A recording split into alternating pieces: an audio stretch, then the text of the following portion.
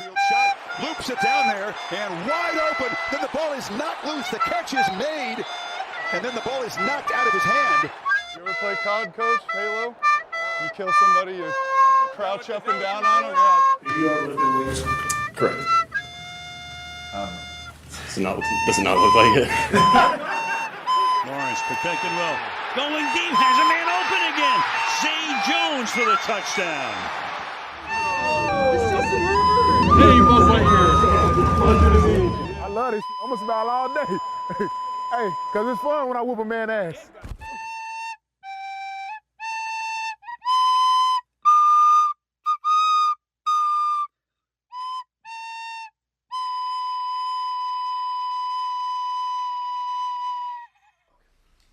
All right, everyone, and welcome back to the second episode of the Bolts podcast. My name is Nick Cates. My pronouns are he and him, and I am buzzing this week, man. I don't know about you. We had quite a game on Sunday. Quite a game. My name is Aryaan. My pronouns are also he, him.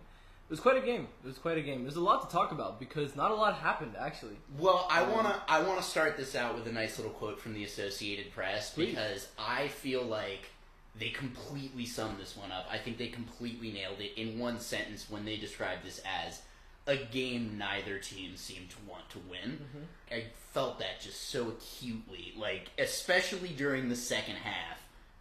It just felt like the football gods were giving the Chargers the win because somebody had to do it.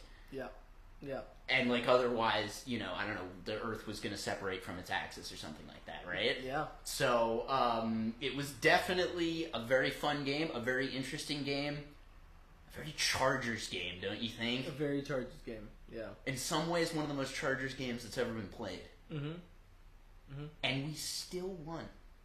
The fact that we pulled that off despite having it be a Chargers game, because a classic Chargers game is keep the lead by 3 points or 2 points until the end. I'm thinking about like a 1 to 5 point loss. Mm-hmm. If I'm thinking about a very classic Chargers game, this was a 4-point win. So let's get into this, right? I think this is a meaty game. This is one that's really worth breaking down drive by drive because a lot of crazy shit happened here.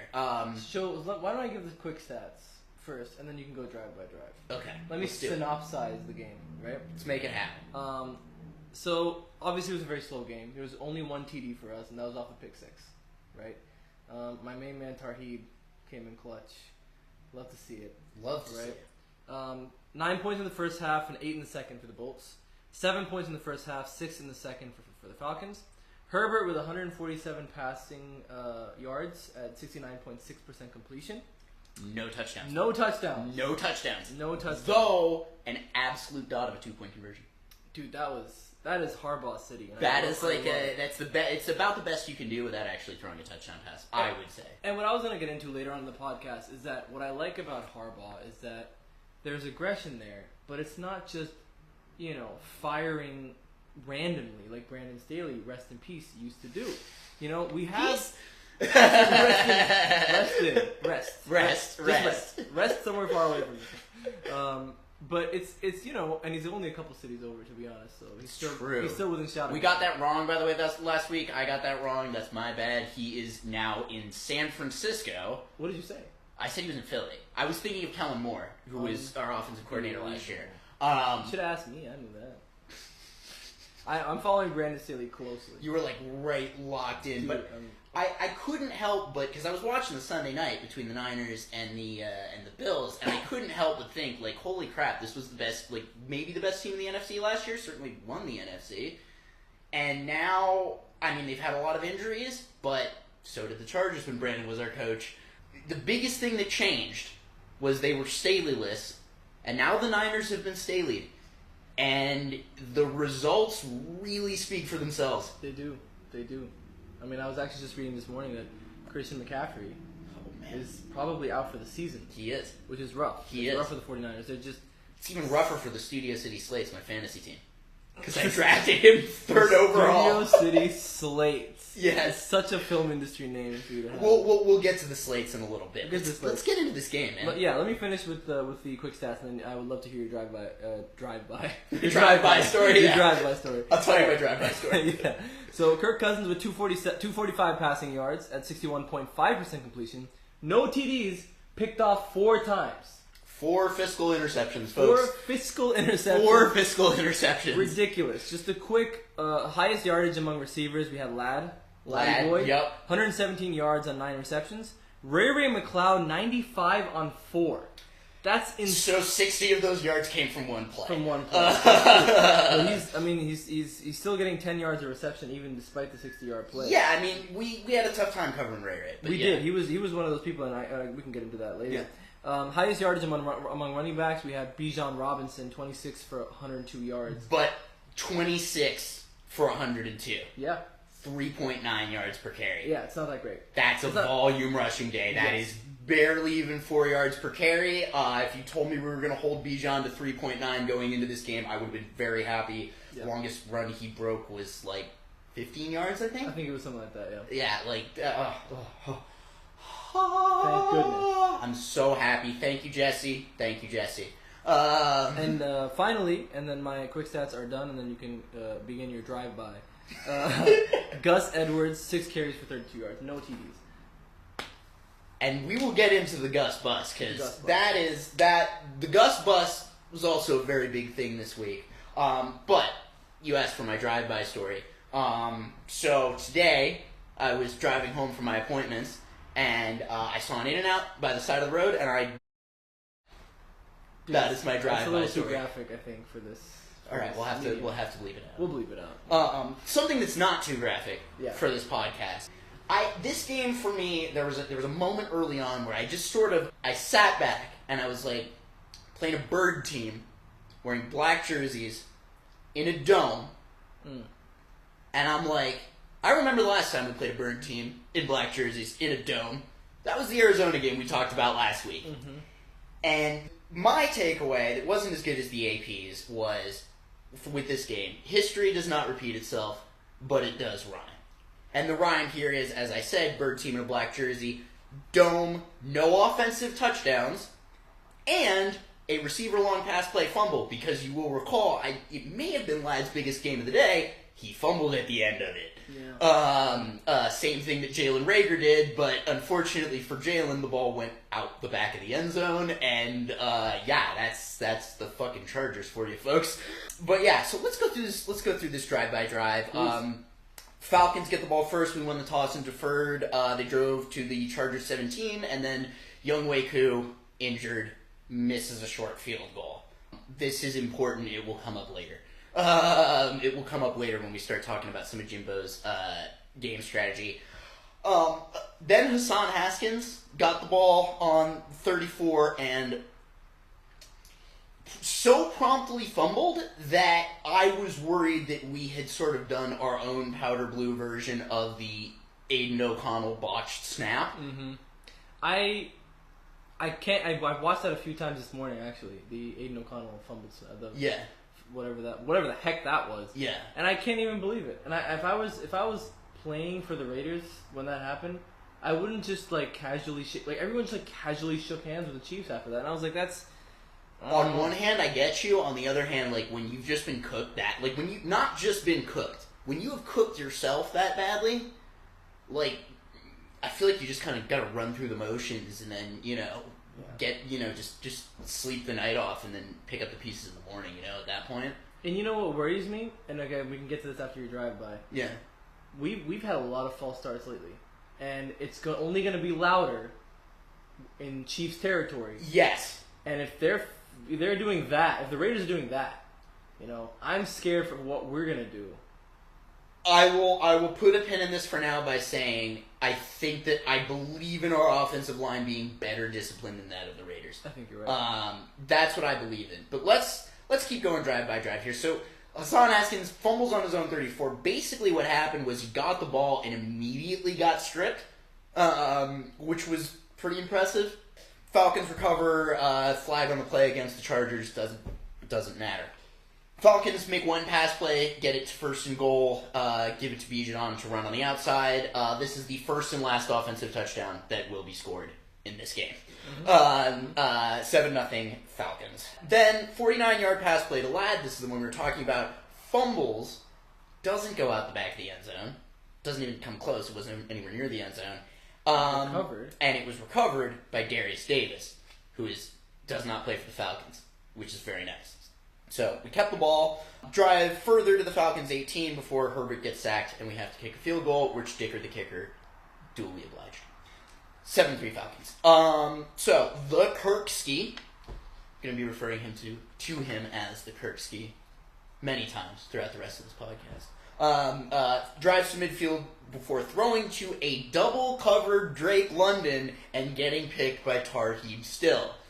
Now, I want to claim a little bit of credit here, because last week, when we were potting, I said that it would be really big if we could get some double coverage on Drake London.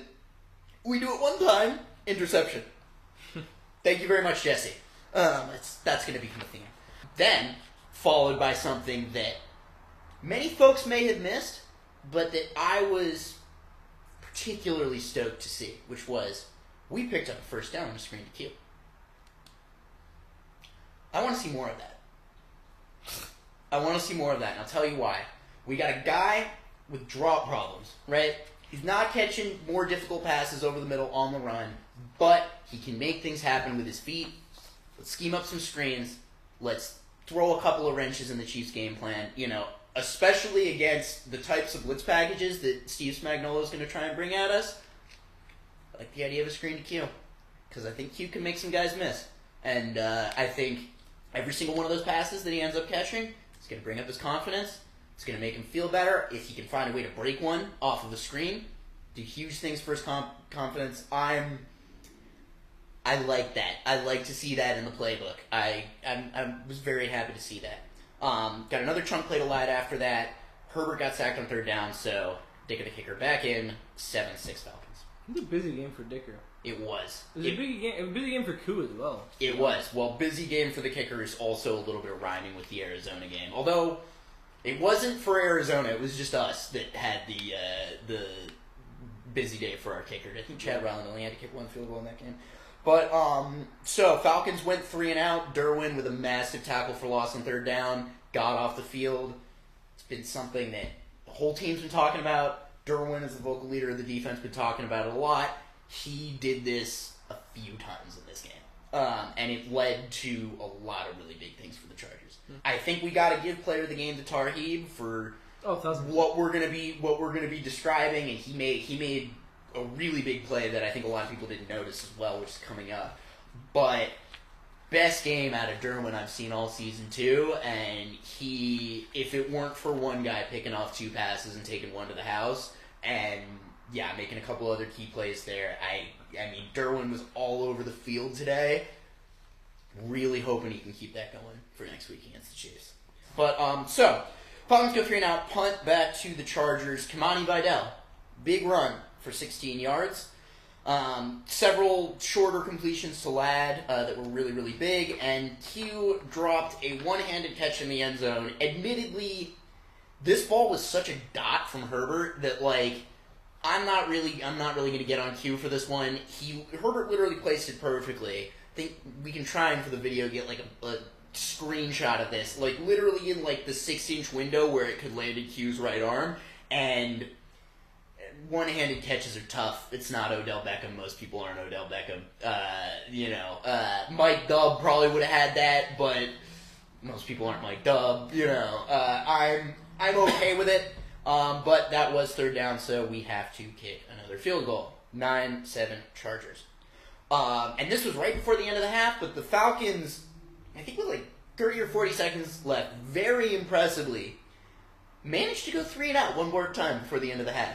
And I mention this for one very specific reason, and that is that it is the last time in this game that the Falcons will go 3 and out. And some of our viewers at home might be viewers, listeners. We got AV this week. But some people at home might be wondering, how the hell did the Chargers keep up a 9-7 lead at halftime without the Falcons going 3-and-out once.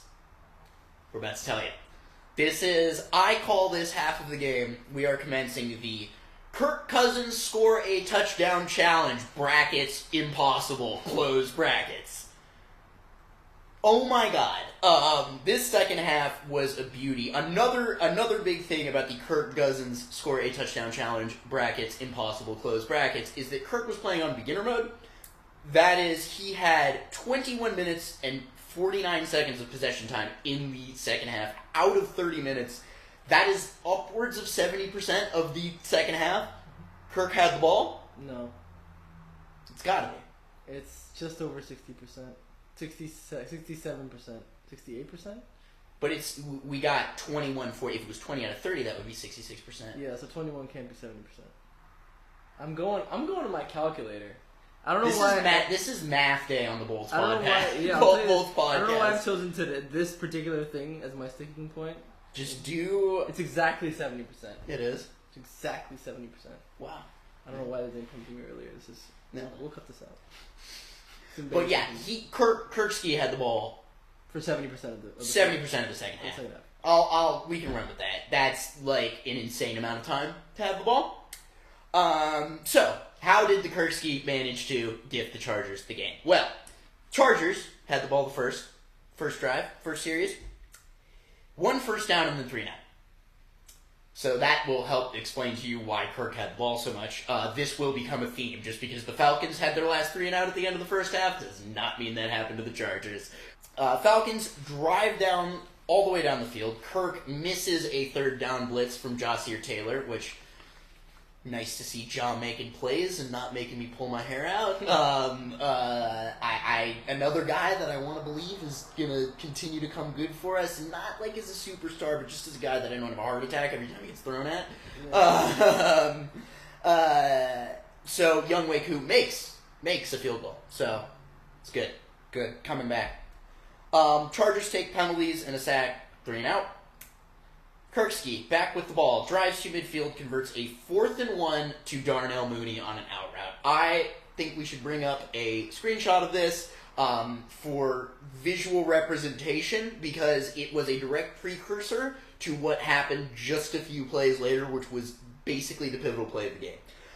So Kirk throws out route to Darnell Mooney with 4th-and-1. This is, for your Madden instruction, a good idea. You have 1 yard to go, you got a guy playing off coverage, you hot route to an out route. There's almost no situation in which that corner is going to be able to cover it, and especially on 4th-and-1, the route stem doesn't have to be very long.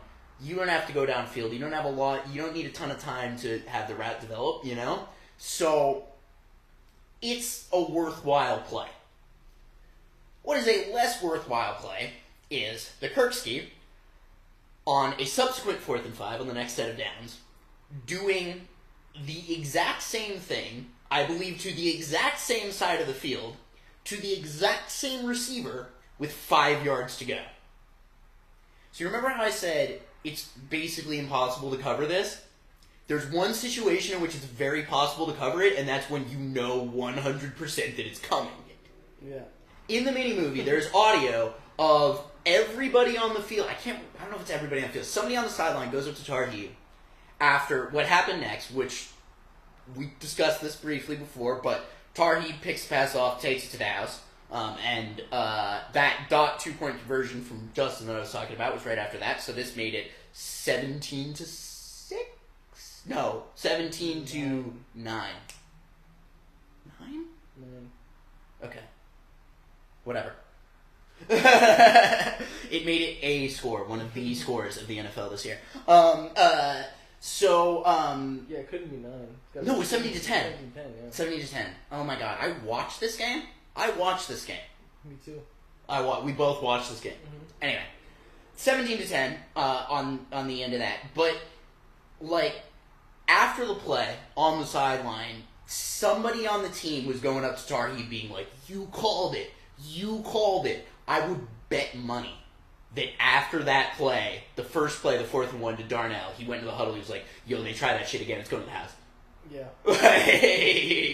If it's obvious enough for me to see it in real time watching the game, I know Tarheeb saw it from the other side of the field. Yeah.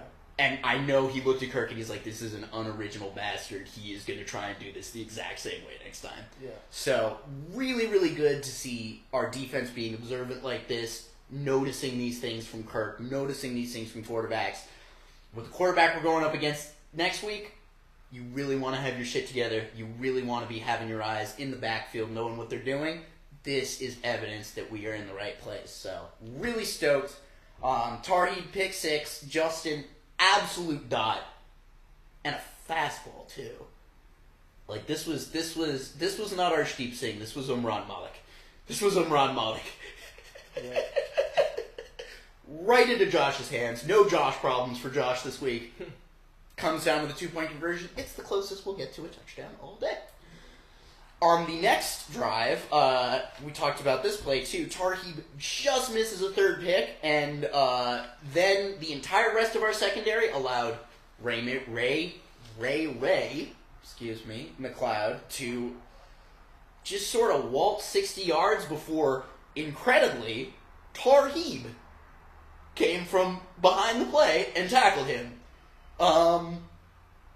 Yeah, guys, everybody but Tarheeb on that play. Thumbs down. Thumbs down. This is why Tarheeb's the player of the game and nobody else is. Yep, great play, Tarheeb. Everybody else, go watch that film and be tackling. Be tackling. It's a good way to be. But Chargers hold the goal line, so back to Younghoe Koo for the field goal. Chargers go 3 and out again, but here's the wrinkle. Remember the thing I said about Younghoe Koo? Putting a pin in that. Mm-hmm. We're pulling the pin out. Jimbo is looking over at that other sideline and he's saying, I got a 4th and 5 or 6. I got a quarterback who can't hold on to the ball, and I got a field goal kicker who's injured. I don't fucking care what the Falcons' field position is, and so Jimbo does the gigantic balls move and runs a fake punt. I believe that Jimbo did not care one single bit whether or not this fake punt succeeded. The call was the point. He was looking across the field at Raheem Morris and he was like, do something about this. I don't even care if we convert here. Do something about this. He didn't. Falcons get the ball at the Chargers 39. Kirkski gets the Falcons to goal to go. Before Bijan gets shut down. Good job, defense, and the drive stalls. On 3rd and goal from the 13, he throws a pick running off his back foot. Now, if we have any young quarterbacks listening and or watching, first of all, did your parents see this first? Second of all, you definitely don't want to be making throws on the run and off of your back foot, unless you are Justin Herbert. Right.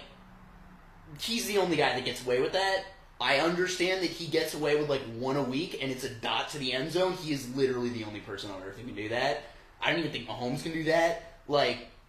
Absolute, textbook situation to never throw the ball. Kirkski throws the ball, picked off by Marcus May, who had at the time been on the Chargers for literally 2 days. That's correct. It's impressive, man. That was one of the things I wanted to talk about, actually. He'd only been signed 4 days prior from the Dolphins. We can get to that. We can get to that real soon. We only got 2 more drives here. Yeah. Chargers punt again because nothing matters, I guess. Pin the Falcons back to the 6. Kirkski manages to, from the 6, drive the Falcons back into Chargers territory where he promptly throws a game-sealing pick to Derwin on 4th down. 4th and 12. I got that right here. Going for it on 4th and 12, I suppose he had no choice. He had no choice. But they asked him at the end of the game, was it because you had no confidence in Koo? And he said, no, I have full faith in Koo. Just because he played terribly. Koo? No, Kirkski. Kirkski. For a guy that was injured, Koo played pretty well. He did. He did. You try kicking a field goal injured. Exactly. You try kicking a field goal not injured. I mean, the issue with him is that we can get to him. Actually, the first thing I want to talk about for the Falcons is that they had a kicker issue, and it's not just this game. Oh yeah, it's not just the injury. He's been messing him for a few weeks. He's actually missed a career high of 8 attempts this season. He's missed 8 attempts this season. Him and Justin Tucker just went. he went 3 full seasons without missing a single field goal attempt within 40 yards, and then this season he has been binning them. Eight attempts this season he's missed, right? The one against us was inside 40. I think it was like 30. Maybe it wasn't inside 40. I think it wasn't inside. It was outside. It was 40. just outside 40. I think it was 41 or 42 yards. He's now missed 2 in the Falcons' last 3 games, which is rough. It's rough when you can't rely on your kicker like that, and especially in games where you're not throwing TDs. You're not running. When you have the Kirkski as your quarterback, you gotta make sure the biggest reason why he worked with the Vikings is that he could get into game manager situations where he could just take care of the ball. And the first, and also, he's throwing to Justin Jefferson, Adam Thielen, Stephon Diggs, right? Very legit receivers. I love Drake London, but he's not JJ. He's probably not Stephon, at least not yet. And, it doesn't translate in the same way. And the Falcons' defense was reliable enough, but the problem is, with the Kirkski, if he's not taking care of the ball, he's, like I said, fat and slow. Only had 1 sack this week. I wasn't expecting that, but I also was not expecting Kirkski to be forcing balls into double coverage. Yeah. I was expecting that he would take the sack in that situation, and that's why we'd have a lot of sacks. It wasn't what was going down, and it really, really screwed the game for the Falcons. 4 interceptions like that. There's not much you can do when you're giving the other team 4 free extra possessions. Yeah. Out of the goodness of your heart. Yeah. One more guy I want to just talk about really fast before we get into overall analysis here. Mm-hmm. You mentioned it earlier, but 6 carries, 32 yards. Gusty Bussy. That is 5.3 fiscal yards per carry for Mr. Gussington Bus. Dude, I'm so happy you keep using the word fiscal because our shareholders are going to be so happy. They are going to be so happy. Woo! And they're going to be happy seeing if the Gus Bus... Now, I will say, 6 carries, small sample size, right? You want to see 5 yards per carry on 10 to 15 carries. I like that a little bit better, but listen, we can get 10 carries, 53 yards out of Gussington Bus. Yeah. Against the Chiefs? We're set. I like it. I'm feeling really good if we can keep those numbers going for the Gus Bus, because he is a big key to not allowing the Chiefs to shut us down in the way they did last time. Last time they shut down JK, they shut down the Gus Bus. We didn't go anywhere. I think we got a lot more options passing-wise now, but it's been a big topic of conversation this week. I know Daniel Popper in The Athletic wrote a big article about this. Chargers seen a lot of man coverage, so we got to be able to punish that man coverage on the run. A lot of times you like man coverage, especially single high man coverage against the run, but the Gus Bus can power through a couple of guys, and especially with the number of rushers that Spags likes to send, if they don't stop him at the line, it's going to break 1 or 2. But last time they stopped him at the line, so got to be winning at the point of attack. It's going to be very important.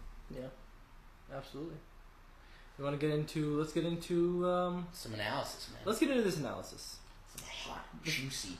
We already talked about the first thing I wanted to talk about, which is that one of the biggest issues the kicker issue for the Falcons. Yes. I mean, it ended up not really hurting them too much with the one missed field. Well, it hurt. You throw 4 interceptions, you can't blame it on the kicker. Exactly. I think that was the main thing. But I want to give a shout out to our kicker, because 45-yard attempt is good, 51-yard attempt is good, 34-yard attempt is of course good. He had a busy day. It was a dry game.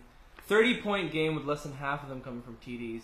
Cameron Dicker is so reliable. I think he's missed 2 kicks his entire career, and it has been one such of the most joy. underrated kickers out there, I gotta say. 100%. He's not Dicker is not one of these blow your face off leg guys like Brandon Aubrey, who's kicking balls from his own 30, he's nearly hitting kickoffs for field goals. But you know what, man? Your offense has got to stall out. After that, you got to get a couple more first downs. If you're talking about a 70-yard field goal, no. Get across the 50 and we'll fucking talk. You know, and across the 50, I feel very strong about Dicker the kicker. I love the results that we've seen from him this year. I don't know that we could really expect too much better than what we've seen. I mean, he missed one extra point against the Cardinals, but, what am I talking about? He didn't miss it. We didn't have any extra points against the Cardinals. He missed taking an extra point against the Cardinals. That's what he missed. What does that mean? He didn't get a chance to take an extra point. Oh. So he just scored a touchdown. Oh, that's right. There we go. That's right. There we go. That's what you meant. I agree with you. I think our man is underrated. I want to see some more love. I mean, it occurred to me, especially seeing Koo and and looking at a kicker and being unsure that he would make it. It's not a feeling I can relate to, because I know not anymore. Once you that's true. Once you tell Dicker that he's on the field, say no more. It's 3 points easy. It's 3 or 1 point easy. So I'm very, very happy about that development. And this thing when you have, and here's why this is important. Yeah. Matthew Wright is in for the Chiefs from the Steelers. Is he, or is Schrader coming back? It's Matthew Wright. They just signed him yesterday, which is December 5th. We're gonna make this podcast evergreen. December 5th. That was yesterday. Okay. Signed him from the Pittsburgh Steelers. They're on their third string kicker now. He's gonna be playing his first game for the Chiefs this Sunday. That is beautiful. That's exactly what we want to see. Because if it's a Dicker Wright matchup, it's Dicker every day of the week. Yes, I would rate Dicker over every kicker on the Chiefs except for the fascist, and I would still rate Dicker over the fascist because I'm not sure that he's a fascist, Cameron Dicker. In fact, I don't think so. He's way too attractive to be a fascist and dresses way too well too. So yeah, I'm intrigued by this. I'm intrigued, and we can get into some of the Chiefs preview here. I'm intrigued to see.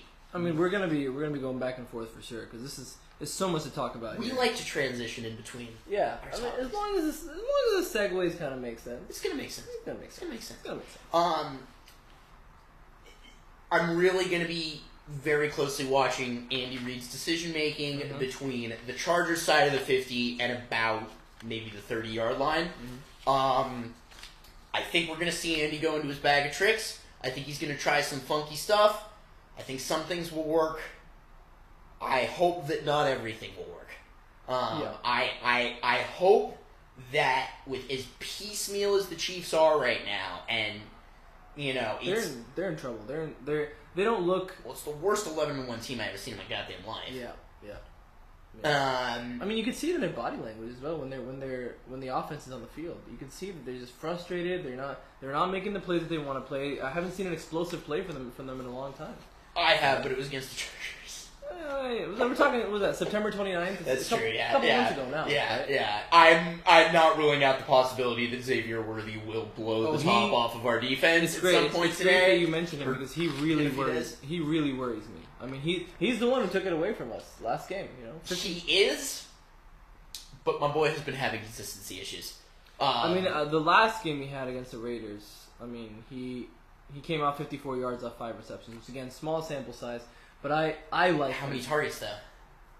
That's what we got to see. If he's not catching his targets, that's bad. Yeah. Right? I think that the issue with Xavier is he's a rookie, he's having rookie issues, and he's on a team that's coming off a Super Bowl championship that's expecting him to not be a rookie. And the thing about the deep threat in the Chiefs offense is it's so, in terms of getting guys like Travis Kelce and Noah Gray open, it's so important because you have a deep threat like that, you got to allocate a safety to him. And if Derwin is chasing Xavier Worthy, he's not suplexing Travis Kelce. So, I'm very wary of Xavier. One of my emotional insurance policies is that Xavier Worthy is also a Studio City slate, so I'll be starting him this week. Unbelievable. In case he blows one off against us, and I gotta find a little silver lining to that one. But ultimately, what it comes down to is, can we stagnate the Chiefs' offense to the point where Patty can't get out of the pocket? Because that's the other big thing. They don't have an offensive line right now. Exactly. If Patty can't get out of the pocket, starts forcing balls in, he's already thrown a pick to us this season. Well, I want to talk to you about my issue with the O-line of the Chiefs. The O-line of the Chiefs is kind of in shambles. But I want to say this. Herb was sacked 5 times last game. 5 times. And that is an issue for me as well, because it's not like we're having O-line issues really, but we are having O-line issues. Why is he getting sacked so many times? But are we? But that's what I'm saying. But are we? It's a big question mark, because it shouldn't be happening, but at the same time, it's happening. I have a pair of thoughts about this. You have 2 thoughts. Number one, you're underrating Atlanta's defensive line. It's a good point. Matthew Judon, Grady Jarrett, 2 of the best veteran pass rushers in the NFL. Those of you who watched Super Bowl 51 will remember Grady Jarrett sacking Tom Brady, I believe, 3 times in that game. Wow. Also, for my regular viewers of John Boyce and my hardcore Falcons fans, son of Jesse Tuggle, Falcons legend. So both of those guys are on the line. Ebiketie, I believe is his name, had 2 sacks. Mm-hmm. Younger guy. I think that we're underrating the Falcons' defensive line. The other thing is, in Herb's press conference, he took a lot of accountability for that. He was saying, I'm not stepping up, I'm not getting out when I need to. So maybe we need to see Herb getting on the run a little bit more. I feel like we saw him get away from that a little bit. Maybe you saw what happened to Trevor Lawrence, which I don't blame him. Mm-hmm. But that was if we could have a whole podcast just about that, because that was ridiculous. I mean, I'm sure he didn't mean it to be a season-ending injury for Trevor Lawrence, but that was season-ending? Yeah. Yeah. He's done. He's done for the season. Anyway, we do need to get to that at the end of the podcast, because there's a take about that I need to tell you about. Anyway, but yeah. So further on in the Chiefs have struggled their last 3 games, and they're 2-1. So you might not initially be like, Chiefs are really struggling. They struggled. Their one was a 30-21 loss to the Buffalo Bills, lost by 9 points. Go to Carolina. Carolina, that's a team we beat 26-3, I believe, in their own home stadium. Week 2, if I recall correctly. It was upwards of 3 touchdowns, the margin. I know that for sure. Mm-hmm. Chiefs beat them by 3 points. And Bryce Tiberius Young, very nearly beats the Chiefs by himself with the half an offense that he has to play with. He actually had, because Deontay Johnson was still on the Panthers when we played them. No longer. So the Chiefs' defense didn't even have as difficult of an assignment, and still a 3-point win. The Raiders. We touched on this game earlier. Yeah. Off air. What's that off air? And on air. And on air. Actually, you're right. The false snap. The Raiders are the worst team in our division, which is not good, kind of in a cosmic sense, right? The Raiders, Aiden O'Connell, who is not the Raiders' primary starting quarterback, threw for 340 fiscal yards against the Chiefs' defense. That's fiscal yards. That's fiscal yards, which are the same as regular yards, but they're more financial. Shareholders are happy about the shareholders are buzzing right now. Dude, our stock price is up. Man. We are up 2,000% since we started recording this podcast. We are penny stock, but that doesn't matter. We are a crypto token. No, we are Boltzcoin. Boltzcoin sounds great. Boltzcoin. Dude, we can be like Hawk Tua and fucking Jordan Belfort people. What's a Hawk Tua? I'm not even gonna tell you. I'm so glad you don't even know. I know the meme. I don't know. So the girl, she did a Jordan Belfort with a crypto coin. She pumped and dumped people this week. Yep. What? Yep. What the fuck else do you do with your 15 minutes of fame in the year of our Lord 2024? Right. It's actually a smarter thing. It's not, and it's crypto, so it's completely unregulated, so it's completely legal. Yeah. So yeah, I don't know. Morally, I'm very opposed to that, but like the Machiavellian part of me is like, let's see what happens. Good work, dude. Good work. Anyway, the Raiders. You said Aiden McConnell scored. Aiden O'Connell.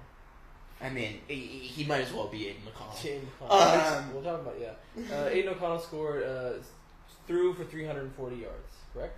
Which was more than Patrick Mahomes. Right. It's more. He did throw several interceptions. We mentioned the botched snap. The Raiders had about 5 chances to win this game, which, again, as a Chargers fan, like, I understand what kind of team we are. At the same time, I'm fucking frothing at the mouth to get to these guys because I feel very strongly that the Raiders in every phase of the game are worse than we are. Every single one.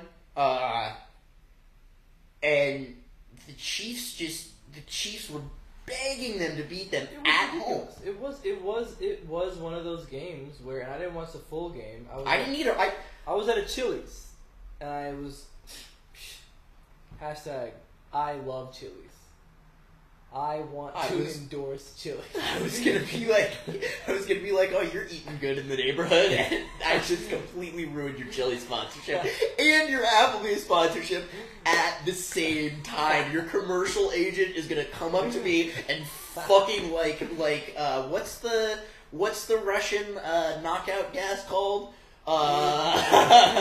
Like, you know, the fucking shit that they, like, slap you on the back of the neck and then you conk over. Your commercial agent is going to hit me with the Putin playbook, is what I'm saying. Yeah, okay, yeah. It was so confusing with the... Yeah, but I was at the best restaurant I've ever been to. Chili's, except for Pan's. Except for Pan's. Pan's Diner is the greatest. That is really our number one endorsement that we're gunning for. And honestly, Pan's Diner, before the Chargers game, we'll advertise them for free. Yeah, I think, in all honesty, if there's anybody here who's listening from the LA area, and you're planning on going to any event at SoFi Stadium, preferably one that starts before 3 p.m. Don't go to Pan's Diners. If it's starting after 3 p.m. Don't go to Pan's Diner, period, because I don't want a closed. line. I want to be able to get my food. Oh, that's true. Quickly. But go. Just not not on Sunday mornings. Just not when we're there. Yeah, not when we're there, which is usually Sunday morning. Don't tell them when we're gonna. Could be or Monday or Tuesday. That's or true. Wednesday. That's true. It's usually whatever day you're planning on going. So just don't go. That's the day we're going to Pants, and then we're going to Topgolf. All right, let's get back into. I was talking about Chili's. We're talking about Chili's. All right, I was at Chili's. I was watching the Chiefs game on the TV above my lovely father. And he was talking, and I wasn't listening. And then I started talking, and he wasn't listening because he discovered the TV above me. Yeah. Which I love to hear. I love to see. But anyway, so I was seeing this, and I was seeing a very lackluster offense from the Chiefs. I saw Mahomes getting pressured a lot. And that is something we can 100% exploit. Yeah. Which we were talking about off air, actually. Yes, I want to see, same as last week, honestly. I want to see Joey, big game. I want to see Khalil, big game. I want to see Thule in it up. Yes. I want to see him Thule it up. He's been Thuleing it up all season. I need some more Thule from Thule. Yes. I know you got it, Thule. 1,000%. 1,000%. This is a game for them to seize on. It's a game for them to seize on. And if we can put pressure on their offense, really, I do feel like their defense hasn't been measuring up to their standards either. So if we can actually, and the thing is, not completely, but there's certain elements of it that concern me somewhat. Their defensive line is strong. So yeah, why don't you get into that? Because I want to talk about our offense after. We still got to block Chris Jones and Karlaftis. That we weren't able to do effectively enough in the first game. I'm hoping that these guys are going to be going back, looking at that tape. Rashawn and Joe Alt are going to lock down the tackles, and we can just clean everything up on the interior. I'm hoping that's what's going to happen. I'm hoping that those guys are not going to get to us at the point of attack on running plays. That's what happened last time, and it was a huge problem. That said, one thing that we failed to do in the first game was open up the offense with passing, and I think we got a lot more options to do that now. That's why I love those screens to Q. I love let Kimani Vidal loose. Let him loose. Just let my man cook. Let him get into single coverage. He's already caught a touchdown down the sideline in single coverage this season. He's our, not just in number, but also in playing style, I think our closest match to Eckler. Yeah. And obviously very appropriate that he wears number 30. So you feel optimistic about our offense? Because I don't. I feel like we're too lad heavy. I think that is troublesome, because if they can crack the code to lad, they've cracked the code to our offense, really. I mean, you look at last game, you see him, lad had, as I said before, 107 yards on 9 receptions. Nobody comes close to that, neither in receiving yards nor in rushing yards. The reason for that is that we have one receiver. This is what Popper said in his Athletic article. We have one receiver that's beating man coverage. Lad.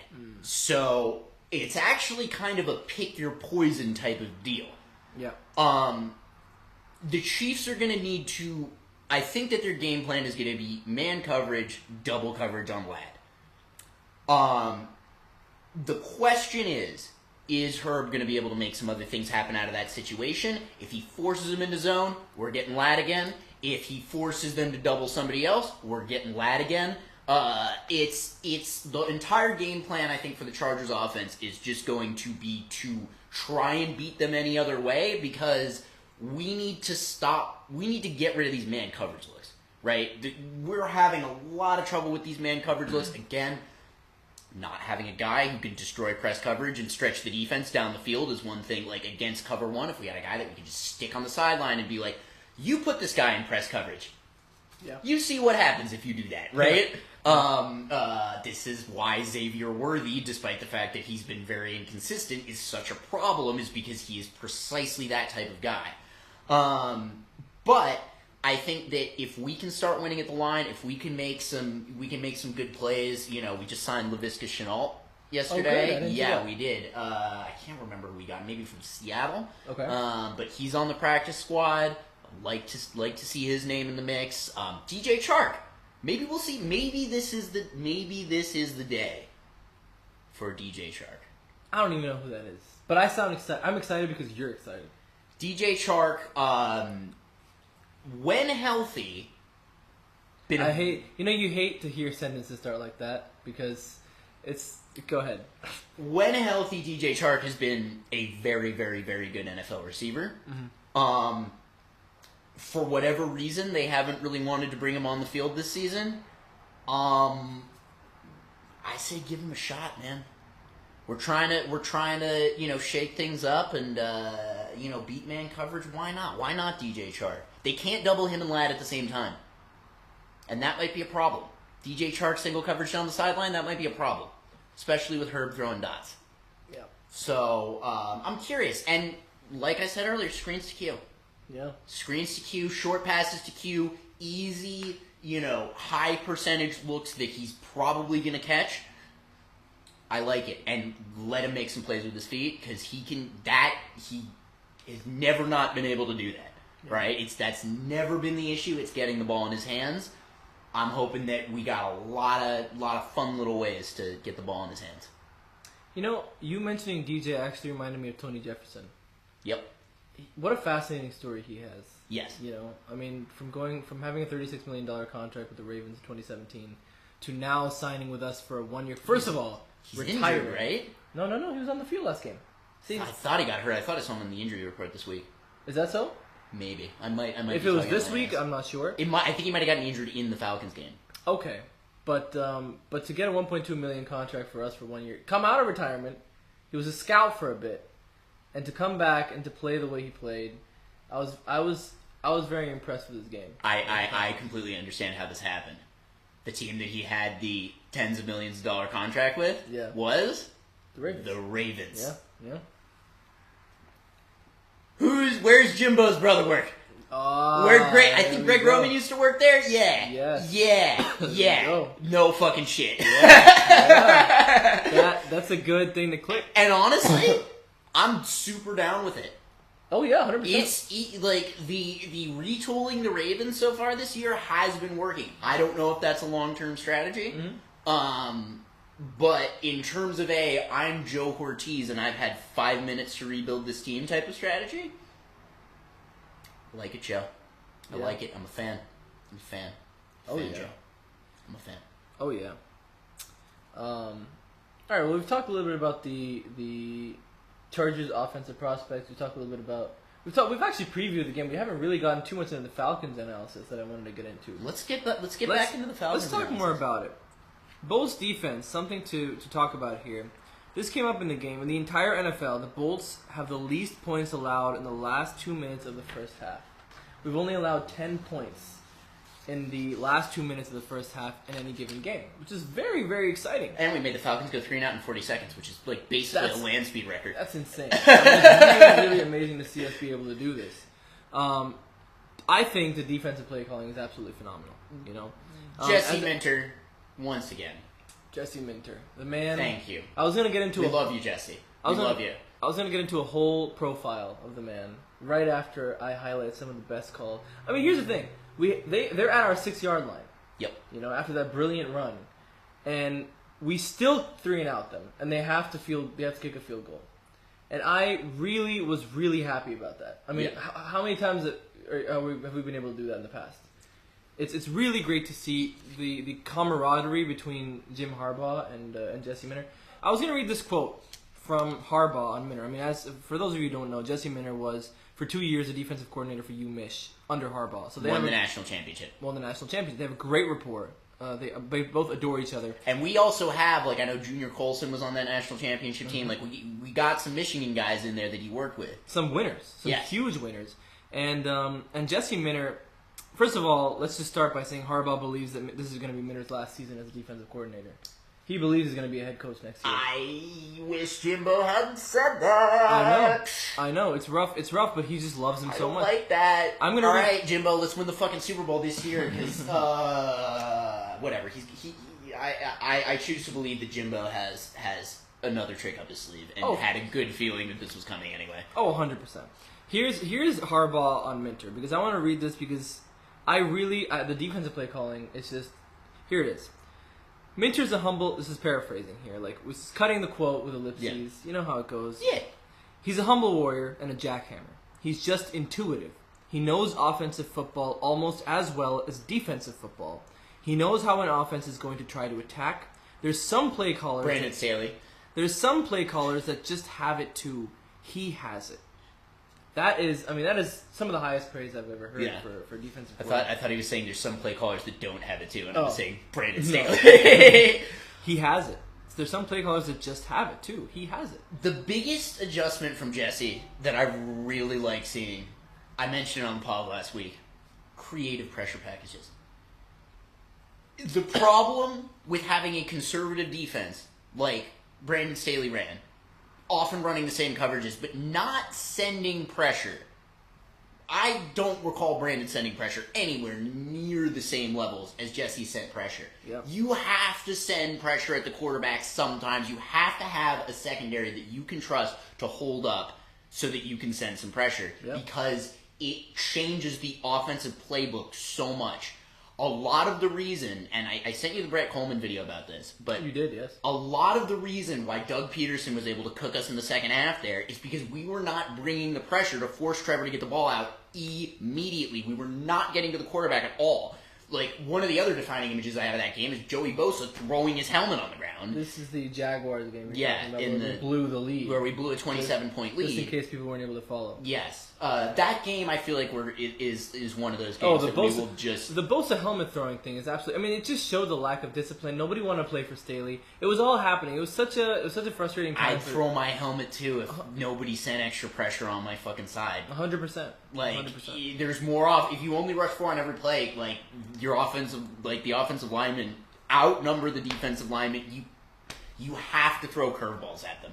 And Jesse Minter is a curveball master. You don't know what you're getting from Jesse. You don't know what he's going to give you. You don't know what he's not going to give you. You don't know where anybody is.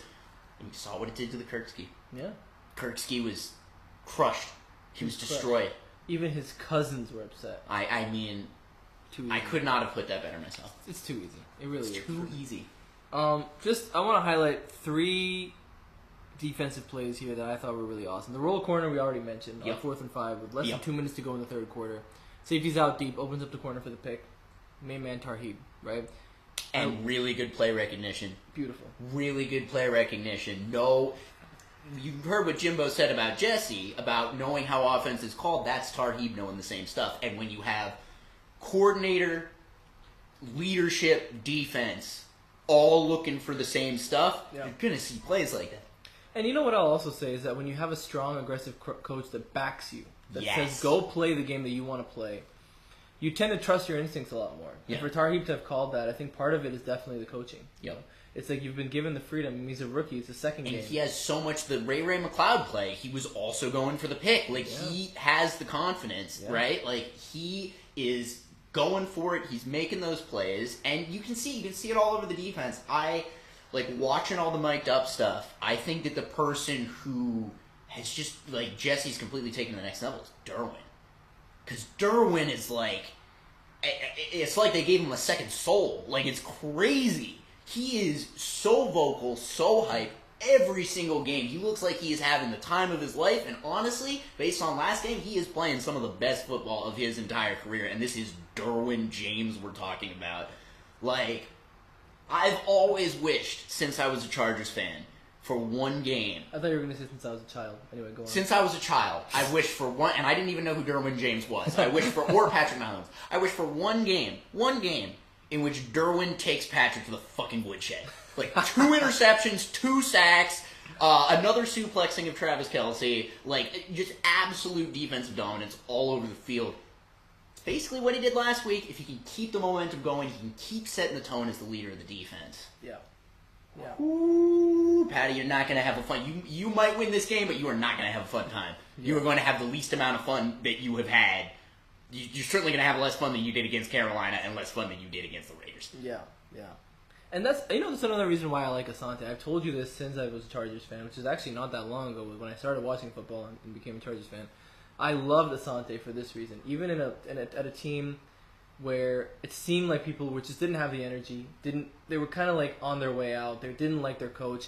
He was always going for the picks. He was always flying around. He was always vocal, and that's one of the things I adore about him. And I miss him, man. I mean, he's been injured for some time. The thing with Asante is, I want him back too, and I want to see him because he made so many plays for us under Staley.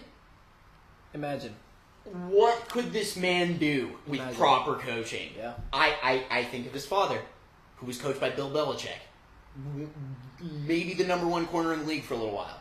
Like, you can have all the goddamn skill in the entire world. I've seen Asante play reps that are like, there are very few other people in the NFL that can play on that level, but if the schemes aren't good enough and you're not forcing the quarterback to throw the ball at Asante, that's the other thing. If he's shutting guys down too good, they throw at Cam Hart, they throw at Tarheeb, right? Yeah. So I want to see him come back. I obviously, with my dual football allegiances, Asante Samuel Jr. is like always going to be one of my favorite players. As the son of a Patriots legend, always going to be one of my favorite players. And another, I would say, I think we can induct him and his dad into like the Patriots Chargers Hall of Fame alongside Rodney Harrison and Junior Seau, who are also 2 of my favorite Patriots and 2 of my favorite Chargers of all time. Maybe even my 2 favorite Chargers of all time. Those guys are awesome. That's for the Chargers history episode. But I think that. It's just so good to see the defense playing with some life, with some excitement, with some hunger. And I'm looking at these guys, and I'm like, this is the defense that looks most like it could kick Patrick Mahomes' ass that I've seen from the Chargers since I've been a fan. 1,000%. It's 2 games now. This year, and even last year when we had gone together to watch the game at SoFi, where Mahomes in like the last whatever has thrown it long, and just they run into the end zone, and that's been that. Yeah. And I don't want that to happen, and I think if there was ever a defense that could prevent that, it's the one we've got going. At least a version of the Chargers. This is the version we want going in. Yeah. And it's only going to get better, but, this is the version that we like. And this is such a big game for the Chargers. We have 5 games left.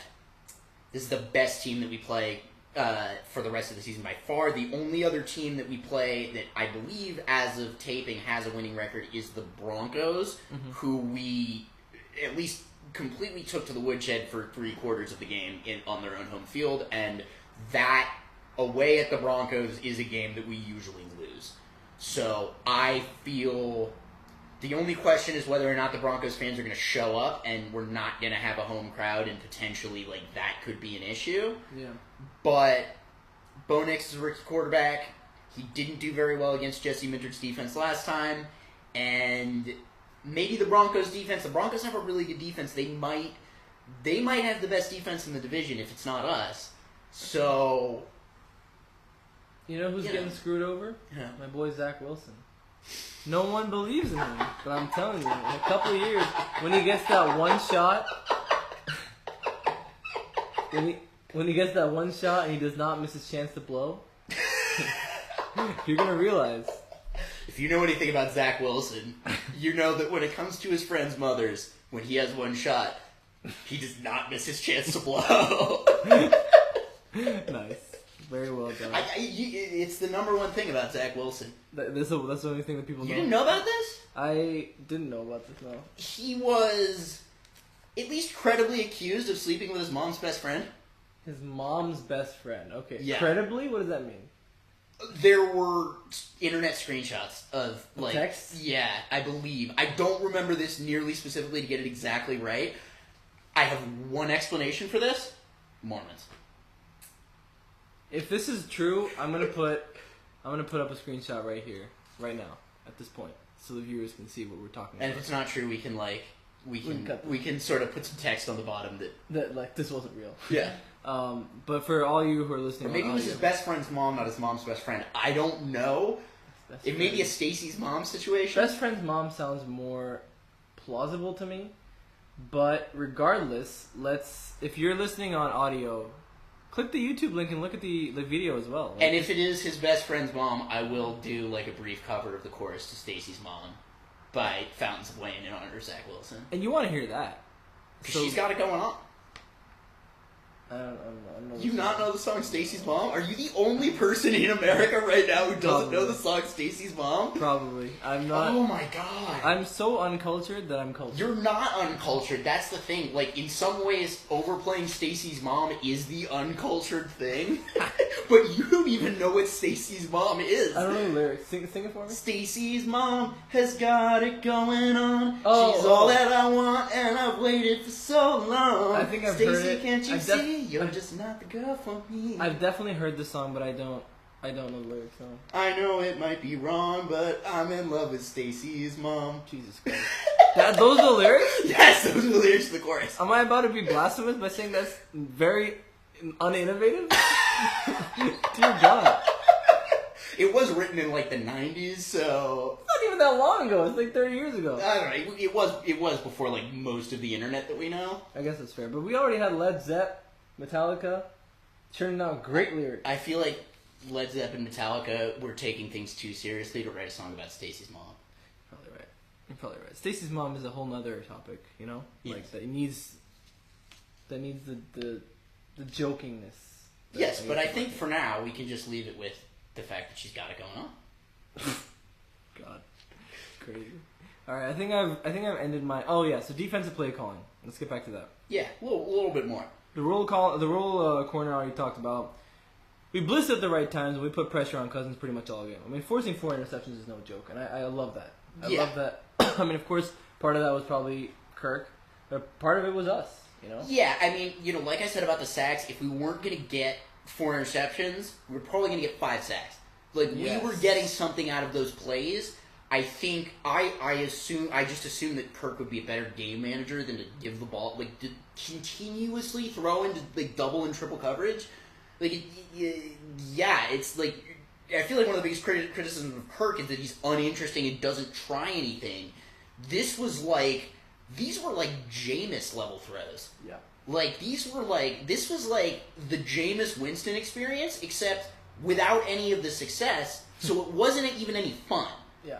And, like, also just, like, not with Jameis, and, like, most human beings are less interesting than Jameis Winston. So, like, in every, like, Kirk is just, like, he's, like, Jameis Winston, but, like, if I had to look at Jameis Winston, and instead of being, like, you are awesome, I had to be, like, what are you even doing here, dude? Yeah. Like, where's Michael Penix? Where's the future in this situation? They could have thrown us such a curveball, too. Michael Penix is a lefty. We would have had to rush him from the other side. Yeah. And the last time we faced a lefty quarterback, he beat us, Tua. That's right. That's right. So Tua scares me. Let's cross the Tua bridge if we get to it. He scares me too, but for a different reason. Let's cross towards that bridge when we get to it. We already spoke of Harbaugh, but I just want to give a special shout out to the going for the 2 points. I think going for the 2 points, and that's the thing with Staley, it was like we're randomly going for 2 points. I don't understand the logic. I don't know why. And I hate to keep comparing Harbaugh to Staley because obviously we're traumatized. We're going to be comparing people to Brandon Staley until the end of time. Exactly. I really, honestly, because that's like, it's my only frame of reference. If Vaibhav Suryavanshi does not succeed in the IPL, You're gonna compare him to? Once he's over 18, I will compare him to Brandon Staley. Oh yeah, what is he? 13? Yes. Goodness gracious. Oh I God. I think it's cruel to compare anyone under the age of 18 to Brandon Staley, That but is fair. I feel it's cruel to compare anybody above any age to Brandon Staley, to be honest. I feel bad for anybody whose name I mentioned. we'll know we've truly made it when Brandon Staley sues us for defamation or comes on the podcast. Like, we're gonna say, one of those two things is gonna happen. Dude, I'm gonna brown nose him so hard if I'm on the podcast and be like, listen, that was all for fun, like, He's like, going to instantly, if he sues us, he's going to instantly rocket to the second most esteemed person by this podcast after Jay Shaw. That's true, dude. That's gonna put us on the map. But yeah, the 2 points, man. I'm really, really happy with the aggression, and the aggression is calculated. It's not just brazen, and that was my biggest problem with Brandon Staley. It's like, all right, I see like pockets of aggression, and I see like pockets of risk taking, but it's like, where are you aiming that, and when are you whipping that out? Because when I see it from Harbaugh, it's very calculated, and he's not just going for it. It almost always comes off. You know, and that could be, also he has a lot more experience than Staley did, right? Yes, So, and like, there's just a number of things about Brandon Staley that should have been way bigger red flags, but like, I wanted to be a hopeful and nice guy. But I mean, the truth is, going for it on fourth down is a lot like doing psychedelics. You want to do it with intention. Mm-hmm. And I think that Jim, we laid out his entire intention with that fake punt. And the intention with the 2 point was super easy. It's 15-10 or 15 to whatever it was, 15-7. You want to make it a 10-point game. 16 doesn't do anything for you, right? Yeah. In that case, you definitely want to go for 2 because 15 is not going to really be worse for you than 16, and 17 might win you the game. Exactly. Right? Yeah. Even if it's 16. Younghoe Koo can still tie the game with a field goal, right? At the end. So, I love the intentionality. I love the chutzpah to just be like, I don't give a fuck if we get this. Yeah. Like, just deal with it. I love it. And you recall my nickname for Staley, and with regard to going for it, let's go for it, Brandon. He seriously is. Just let's go for it. Let's go for it. Let's go for it. Let's go for it. Yeah. Quite literally. And, see where that gets you, San Francisco 49ers. Yeah. I wanted to talk about Marcus May because you did bring him up, and Yes. that's such a fascinating thing for me because he did get an interception. He literally was signed 4 days prior to the game. As I mentioned, he was signed from the Dolphins. Eli Apple was who he was replacing, who was placed on injury reserve. Eli Apple, I don't know what to do with you, man. I don't know what to do with you. Ohio State, I believe, makes sense. Marcus May, just the player profile I wanted to do here. For those of us who don't know Marcus May very well. He started his career at the Jets as a second-round draft pick and the 5th safety chosen. Before the Falcons game, he played 88 games and totaled 439 tackles, 8 interceptions, 11 passes defended, and 13 tackles for a loss. It's fascinating. As I recall, a member of a lot of very good but very forgettable Jets defenses because their offense was led by Zach Wilson. I love that. And you will never convince me. I understand that he's the most attractive man in the NFL, and he had sex with Stacy's mom, but Hey, this is Nick in post-production. It was Zach Wilson's mom's best friend. I did a little research, confirmed that. No word, however, on whether or not it was Stacy's mom. So that is still unconfirmed. Stacy's mom is gonna haunt me.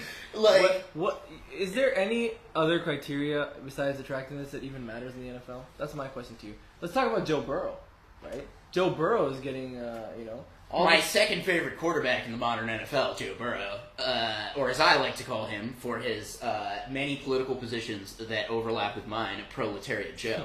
Maybe the most on-the-record left-wing active quarterback. Look it up. Yeah, I love Joe Burrow. It's too bad that he can't win anything, but, we love him. Who doesn't? We love Proletariat Joe. Getting a phone call in the middle of the podcast. I mean, you're a man of demand. Joe, I'm a demand. It's your agent being like, I just listened to the first episode. Are you fucking insane? Do more. Do more. This is great. And then of course the DJ interception to win the game. Let's now. At least I'm through with my Falcons coverage here. I mean, I all my preview of the Chiefs game concerned some analysis from the Falcons game, and kind of tying that into what we can start from the Chiefs. Is there anything else you want to cover? Just purely Falcons before we get into the Chiefs? Because we've talked a lot about the Chiefs already and what we can do to beat them. But I want to, I had something. If we can continue to win games like that, that's what's going to get us wins in the playoffs. Yeah. Because we're not. I don't know yet, and we could become one very quickly because, Magic Man Joe Ortiz has got everything up his sleeve. And also, we're shitting on Brandon Staley, but, slightly higher than an NPC, Tom Telesco, now you're general manager of your Raiders, which makes me think that he was a sleeper agent all along, was not a guy who made in-season moves like this. Mm-hmm. And I like to see it. You lose nothing by adding a guy to the practice squad. Yeah. You gain somebody else who might work in an NFL game. So many players have gotten discovered as practice squad guys, undrafted free agents, things like that are just there. We can bring back a veteran. We can sign somebody like Marcus May, or Tony Jefferson. Mm-hmm. Exactly. It doesn't just have to be young studs back there. You can lessen Ja'Sir Taylor's workload to the point where he can really sink his teeth into it instead of having to cover two receivers at the same time. Yeah. All right. Let's talk about. Here's some of my concerns going into the Chiefs game. Yeah. Let's start with the fact that in the first quarter, we were 3-and-outing left, right, and center. And also in the entire second half. The whole game. Yeah. We were 3-and-outing left, right, and center. Talk to me about that a little bit, because we've talked about this a lot, and you have mentioned this as one of your biggest issues. We were turning the ball over a lot as well. I mean, obviously the 3-and-outing is a big issue. Turning the ball over the is fumble, insane. yeah. Two fumbles in one quarter with Haskins and Ladd. And that's, But we recovered one of those, so I forget it. I'll forget. Yeah. It's just, not, even if we hadn't recovered it, I will forgive Ladd because, look, I'd sign my... Ladd was was playing out his fucking skin. We're not, Exactly. And I would sign my property over to him. He's just that guy. He's Ladd. So I forgive Ladd. He is a lad. Yeah, he's a lad. A lad. And Haskins, look, it's tricky with two fumbles in a single quarter, right? That I hate to see two fumbles the whole game, but definitely not in one quarter. So talk to me a little bit about the 3-and-outs and a little bit about the turnovers. I mean, turnovers are going to happen, but let's talk about the 3-and-outs. I'm interested in potentially seeing another running back that's not Hassan Haskins into our backfield. I don't know. He had a touchdown a couple weeks ago, but I'm out of the three that are there, he's the one I'm least convinced of. Yeah. And they're not going to cut the Gus bus, so no matter what happens. So I'm just maybe you can send it back to the practice squad. I don't know. I'm just not, especially after that fumble, I'm not feeling great about him. The Ladd fumble, whatever, we jumped on it. I'm going to be a consequentialist about that one. And like you said, Ladd was basically unimpeachable in the last game. So, you really, you can't really fault him. The biggest thing is I want to see ball security and I want to see things happening out of the backfield to counter the blitz looks that Spags is going to throw at us. That's, we're going to be seeing maybe a slightly less skilled pass rush, but our offensive line is going to have more people coming at it. And we need to be ready. We need to be looking at picking up blitzes, stunts. Spags, it's always been his calling card. He will make your quarterback freak out. They let Tom Brady go 18-0, and then Spags reduced him to dust in 3 quarters. It's what he does, but what we need from Herb is just, same unshakable confidence he's had. Whatever, I didn't throw a touchdown, I also didn't throw a pick. I threw a few dots, and I need Herb to be able to make, continue being able to make plays from anywhere. The advantage to being able to throw ill-advised passes that are exactly directly where you want to throw them is that it's very difficult for the defense to force you, to flush Justin out of the pocket and force him into a situation where he has to run and can't throw. If you can throw off, he's made 2 dot touchdown passes in the past 4 weeks off of his back foot. And if he's still playing out of his mind, making those plays, I don't know that the Chiefs are going to be nearly as adept at necessarily covering some of our guys. I think that a couple of those throws could really start to break that defense, and I think that if we can just sustain a little bit of momentum, that's what's going to allow us to win this game. If we allow the Chiefs defense to bog us down, make it a tight one, tight margins, the Chiefs have won like 14 straight one-possession games. Yeah. We got to make sure it's not one possession. Yeah. I mean, you mentioned that Herbert is a playmaker. It worries me that, it gets into your head as a quarterback that I didn't throw for a single touchdown last game. That is a worrying sign for me. I mean, he is considered one of the great quarterbacks, and he doesn't have the passing yards this season to prove it. We're looking at 212.5 yards per game. With that receiving core, though? Yeah, it's not. I mean, that's to be fair, there are drop passes and the drops and the penalties and the everything. This is what. Thank you for bringing up penalties. Actually, before we get into the Herbert passing yards issue, I want to talk about flags. Okay, 7 flags in the Chargers last game for 33 yards, and we had a lot of flags last time against the Chiefs too. Absolutely, that is a concern. 5 of these flags were on the defense. I'm going to rattle them off: holding on Christian Fulton, pass interference on Henley, offside on Bosa, and holding on Ogbonnia and Taylor. Like, what is happening? I mean, fair enough, to mount a strong defense, you're going to get these flags, but Can you rattle off the players that committed those penalties for me one more time? I just have to... Christian Fulton. Yup, rookie. Henley. Second year. Bosa. Only vet, I believe. Ogbonnia. In his first 2 years in the league, I believe. Taylor. Third year player. So rookie. We have a young defense. You don't hear... I think Derwin James has committed like 1 penalty this season for which he got suspended, right? Right. A lot of these more vet guys, obviously with Joey, maybe just jumping a snap a little bit too much. He's a defensive end. Eventually it's going to happen. Yeah. The Chiefs have a long history of lining up in the neutral zone and it destroying their team completely. D Ford. Don't think I don't remember that. Chiefs fans, D Ford. I'm giving you nightmares because you deserve them. Thank you.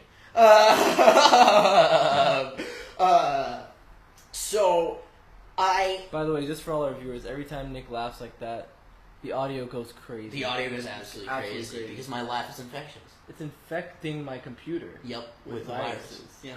Of happiness. See, I rounded it up. Not all. Some computer viruses are benign, but only the ones that I make. But this one's fatal. And my computer. To sadness. To sadness. But yeah, so basically you're saying that, I mean, it's actually really, in fact I even wrote this down here. The defense is stacked with rookies. So I do agree that I don't really mind it. But I will say that it's something that we'll have to contain when it comes to, because I remember that I was watching the Lions game during Thanksgiving, and I thought, all right, here's an opportunity for them to lose. Yeah. So many flags. You're shooting yourselves in the foot. Raiders had the same thing happen. But they didn't even manage to avoid a flag on their botched snap. We definitely need to be disciplined in terms of everything that we do. I think that a lot of the flags that we committed in the last game were completely unnecessary and and a lot of it was earlier in the game too, which if it's going to happen, let it happen then. I thought that the defense did a really good job of staying disciplined in the second half of the game, especially. Way less penalties then. But ultimately, we gotta be smart. We gotta stick to good schemes. We gotta do our jobs on defense. And look, I mean, Patrick Mahomes has been sacked 5 times in each of his last 3 or 4 games.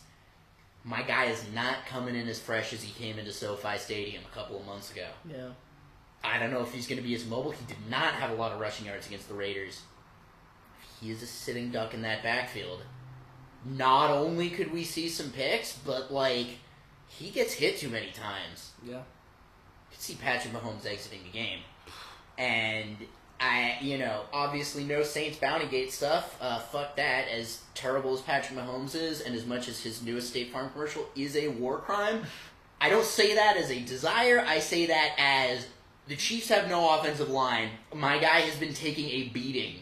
We're not talking about one sack and he gets blown up. We're talking about 20th, 25th sack he's taken in 4 weeks. That's not death by 1,000 cuts. That's like death by 1,000 bullet holes that don't hit any vital organs. Yeah. I want to talk about one final thing, which is the inability for us to stop the run in the short pass game. Yikes. Okay. So I will put one caveat on stopping the run, which is that we just held Bijan Robinson to 3.9 fiscal yards per carry. Right. Now, Isaiah. The thing is with Robinson is he was their third down guy, and it was tough for us. They converted a lot of those. Yeah, but they also didn't, and a couple of those went to fourth downs, one of which led to a pick six for us. The pick six was clutch, but the fourth and interceptions. Like, remember, Kirk threw 4 interceptions. He converted some of those third downs, but it didn't go anywhere. And the more important thing was Bijan was not consistently getting yards after the line of scrimmage, and that is encouraging to me. Bijan Robinson is a very good running back. You are only going to slow him down so much. I will fucking take 3.9 yards per carry, and honestly, I would take 3.9 yards per carry from Isaiah Pacheco. Yes, me too. Not going to get the same number of looks, and if we can hold him under 4 yards, that takes away like yet another really important part of the Chiefs' offense. I think we're way better at stopping the run than we used to be. Remember Josh Jacobs 3 years ago. Remember, who could forget? And like literally, like poor Kaiser White, love Kaiser White, had to literally come in and clean up every single play after 5 yards. No wonder he signed with the Eagles and then the Cardinals. Can't blame Kaiser for that one. But one good thing about stopping the run, talked about this last week, Denzel Perryman practicing again. We don't need Troy Dye to make 14 tackles for us again this week. That's great. Yeah. So I'm stoked about that. Stoked to have big man Denzel in there in the middle. I think he can lay the hurt on the Chiefs running game. Here's the thing.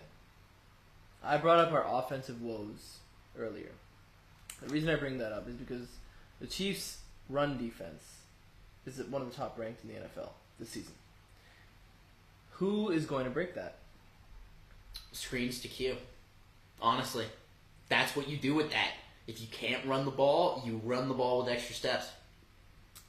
I want to mention this as well because we have a bit of a tight end issue. Yes. That is a bit of a problem here. That's a bit of a problem because our tight end positions are filled with blocking tight ends mainly, right? Which, as the president of the Michael Ho'omanawanui Appreciation Society, is not the worst thing in the world. Yeah, perhaps, because we have Will Disley out, Scott Matlock, Tucker Fisk, and Hayden Hurst. Scott Matlock is not a tight end. Scott Matlock is a defensive lineman who can also play fullback. I do not want to see that man run a route. And is that true? Yes. Scott Matlock was one of our defensive tackles last year. Jesus Christ. You know this? He's our show head. Okay, I'm going to start again. What the hell? Okay. But I can see he would be listed as a tight end. That I'm not faulting you for. Uh-huh. That makes sense that they would list, because sometimes they list fullbacks as tight ends.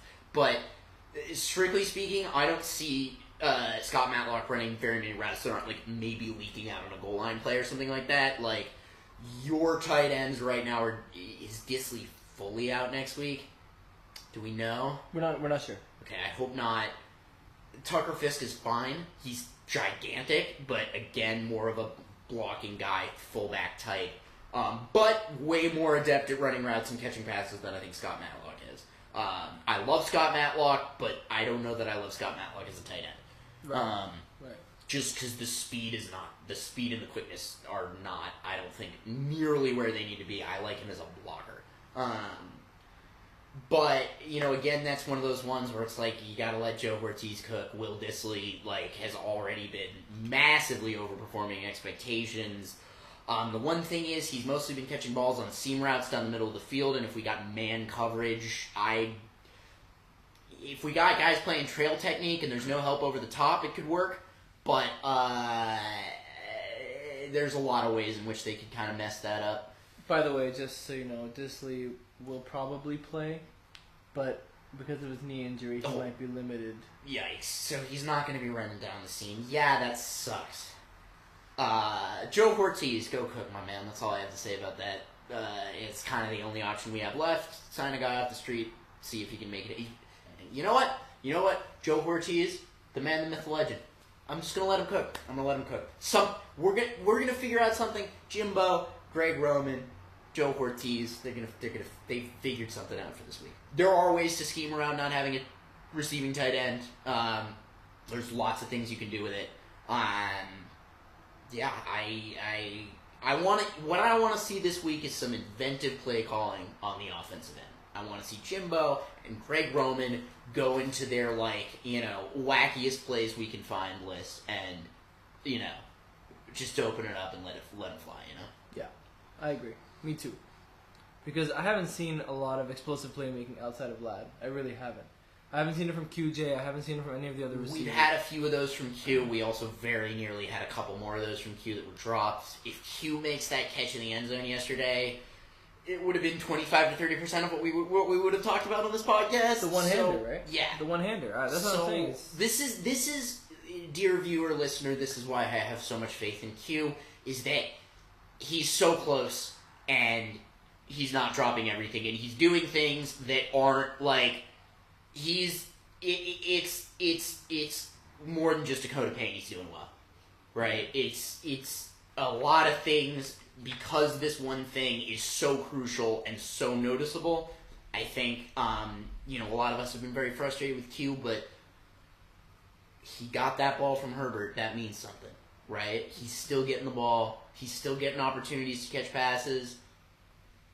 I hope he comes good for us. I hope he doesn't get cut by us and come good for another team, because I do think he has that potential, and he could come out and be like, Quentin Johnson, I thought this guy was a bust. He has some NFL tools. He has some serious NFL tools that his drops are still concealing, and, I may eat crow on this one, but if there were ever a game, Q, my man, Q, if I may speak directly to you, if there were ever a game for you to make your mark on the National Football League, it's Sunday, and I'm manifesting it. I'm manifesting big game for Q. Manifesting 125 to 150 yards and at least one touchdown catch. At least 3 touchdown catches is what I want. On 150 yards? Come on, we gotta get at least 2 or 3 TDs in on that. TDs are shifty. The TD might, Q might take it down to the 1 and then Gussington bust. Oh, you're right. No, I don't accept that. if QJ's got into the 1 yard, I want us to throw it to him 4 times. QJ is going to catch he's gonna go for 250 yards receiving and 1 touchdown. And you're gonna be fucking livid. Exactly. I'm gonna become a Patriots fan. I know. God, who could imagine? 2 more things we know no J.K. Dobbins next game, right? Sad, yes. J.K. is out at least 4 weeks. I believe he can return week 17. Our last few games, so just to go over this quickly, we got 5 games left in the season and only 2 more home games. And actually, those 2 home games are coming within 4 days of each other. So we're going to have a SoFi, an entire week of SoFi Stadium coming up pretty soon. Dude, I'm very excited about that. We're going to be there. What a banging way to close the year, right? This is why this game against the Chiefs is so big, because if we lose to the Chiefs and win out, we're 12-5. Huge. If we beat the Chiefs, we could actually put together 13-4. I think it's realistic. Obviously, these are the Chargers, but we've been cleaning up bad teams. What is it? Is it bad if I hope for a division championship? Would it be so bad? I don't want you to get your hopes up there, because we have 4 losses and the Chiefs would need to lose 3 more out of the last 5 games. One of them would be to us. One of them would be to us. So that's then it means. So we're already. If the Chiefs win today, they damn near clinch the division. Or if the Chiefs win on Sunday, they damn near clinch the division. They would have to lose out, and no, they do clinch the division because they would have a 2-game tiebreaker over us. What if we shook their confidence up so much that they lose to us, and then they lose the next 2 games? Very, very wishful thinking.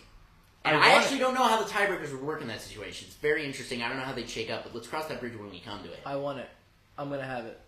I want it. I deserve it. Here's what I think. I believe one of three things is going to happen in this game. The Chiefs win by less than a touchdown. That's one outcome. I don't believe, I want to believe, I'm praying that the Chiefs are not like a sleeping giant that's going to absolutely cook us, but I feel some confidence that we're not going to get cooked by 2 touchdowns or more. I believe that either the Chiefs will win by less than 1 possession, and we'll be like, how the fuck did we lose that? Yep. And or a proper Roger Goodell chops my head off with an axe game where I have to start yelling about the officials for an hour. In which case I think he'll probably do the deed live on air, so definitely tune in next week for that. Or the other 2 outcomes I see happening is a 7 to 10 point win for the Chargers, or a 14 to 21 point win for the Chargers. I think that if this defense picks up right where it left off against the Falcons, stays really hungry, I think it's possible Patrick Mahomes has one of the worst days of his entire life. I know it feels like wishful thinking. I would argue that 14 to 21 point win is more wishful than a division title. I would argue that point. We haven't beaten anybody except the Panthers for a margin. That's not true. We beat the brakes off the Saints too. What was the score? 26-8, I believe. It wasn't. That was between 14 and 21. Was it 26-8? I believe so. We were at that game. Yeah, we gave up a safety. New Orleans. And I think 2 field goals. Oh, you're right. Goddamn. Yeah. Oh, we gave up a safety. I hadn't reached the stadium for that safety, so thank goodness I didn't see that. But yeah, you're right. So that's 2. I mean, out of 12 games, we've... Okay, I guess we could blow them out. The reason I say this is that the team that feels more like a house of cards going into this game is definitely the Chiefs. Yep. And if the Chiefs collapse, they are going to capital C collapse. Also, Patrick Mahomes gets injured. Patrick Mahomes has an inconsistent game. I mean, in that game at SoFi, he wasn't perfect, but he was pert near. Damn near. The thing is, he's made to be trying not to injure himself, and that might cause him to be a little bit more frantic with the way he throws the ball. Or just a little bit more conservative in terms of pushing it down the field. Right. The downside of that is he could absolutely dink and dunk us to hell. That is something that he can and always will do, and that's when I'm like, getting off the field on 3rd down, force him to go for it on 4th down, One of the things we saw last week is that some of the Ravens' success on 4th down against us was the Ravens. And the Falcons did not have anywhere near the same type of reliable success. In fact, they were entirely uninventive, and it cost them points. So, my hope is that the Chiefs are going to melt like a fucking cheap suit. Let's talk cricket. Let's maybe a quick little fun little ad read, and then get into some cricket. Let's do it. Let's do it. I recommend G Fuel for long comfort and sheer life. All right, let's talk some cricket. Let's talk some cricket, man. Do you want to start with the big news for our podcast and its overall agenda? I think we should. I think we should. Not a ton of news from the world of cricket this week, but I would say maybe the biggest piece of news, absolutely massive for the agenda of this podcast. So beautiful man Jay Shaw, you know him, you love him. We talked about him a lot last week. One of the most beautiful men on earth is now the secretary of the International Cricket Council, folks. It's a big deal. It's a huge deal. It's a big deal. Now, you mentioned, talk about the rotation system for the ICC. Yeah, so I believe, I read this somewhere, I don't have this fully confirmed, so this might be fake news, but I think he's in on a rotation with England and Australia. The last guy was Australian, I don't remember his name, I don't really care. He wasn't as attractive as Jay Shaw, so, it really just he doesn't matter. He may as well have not been president of the ICC secretary. I don't even care. Jay Shaw is the ICC now, and it is forever changed for the better. And yeah, I mean, I'm obviously I wasn't really paying attention to the news cycle. This one kind of just snuck up on me, and I read it and I was like, holy fuck, this is huge for us. It's massive. I mean, I don't really know why, because the BCCI kind of runs things anyway. So him being BCCI head is kind of the same thing as him being ICC head. But I remember there was a whole scuffle between the BCCI and the Pakistan Cricket Board about where to hold certain tournaments and things like that, and the ICC kind of had to step in. But now, It's all Jay Sean. The PCB is cooking itself. it's all JS. The PCB is cooking itself too, which is like kind of sad for me to see because like I like a healthy rivalry in matches between India and Pakistan. I like there to be like a decent chance of either side winning. You know, I find it very entertaining. It's one of the premier sporting events on the planet. Yeah.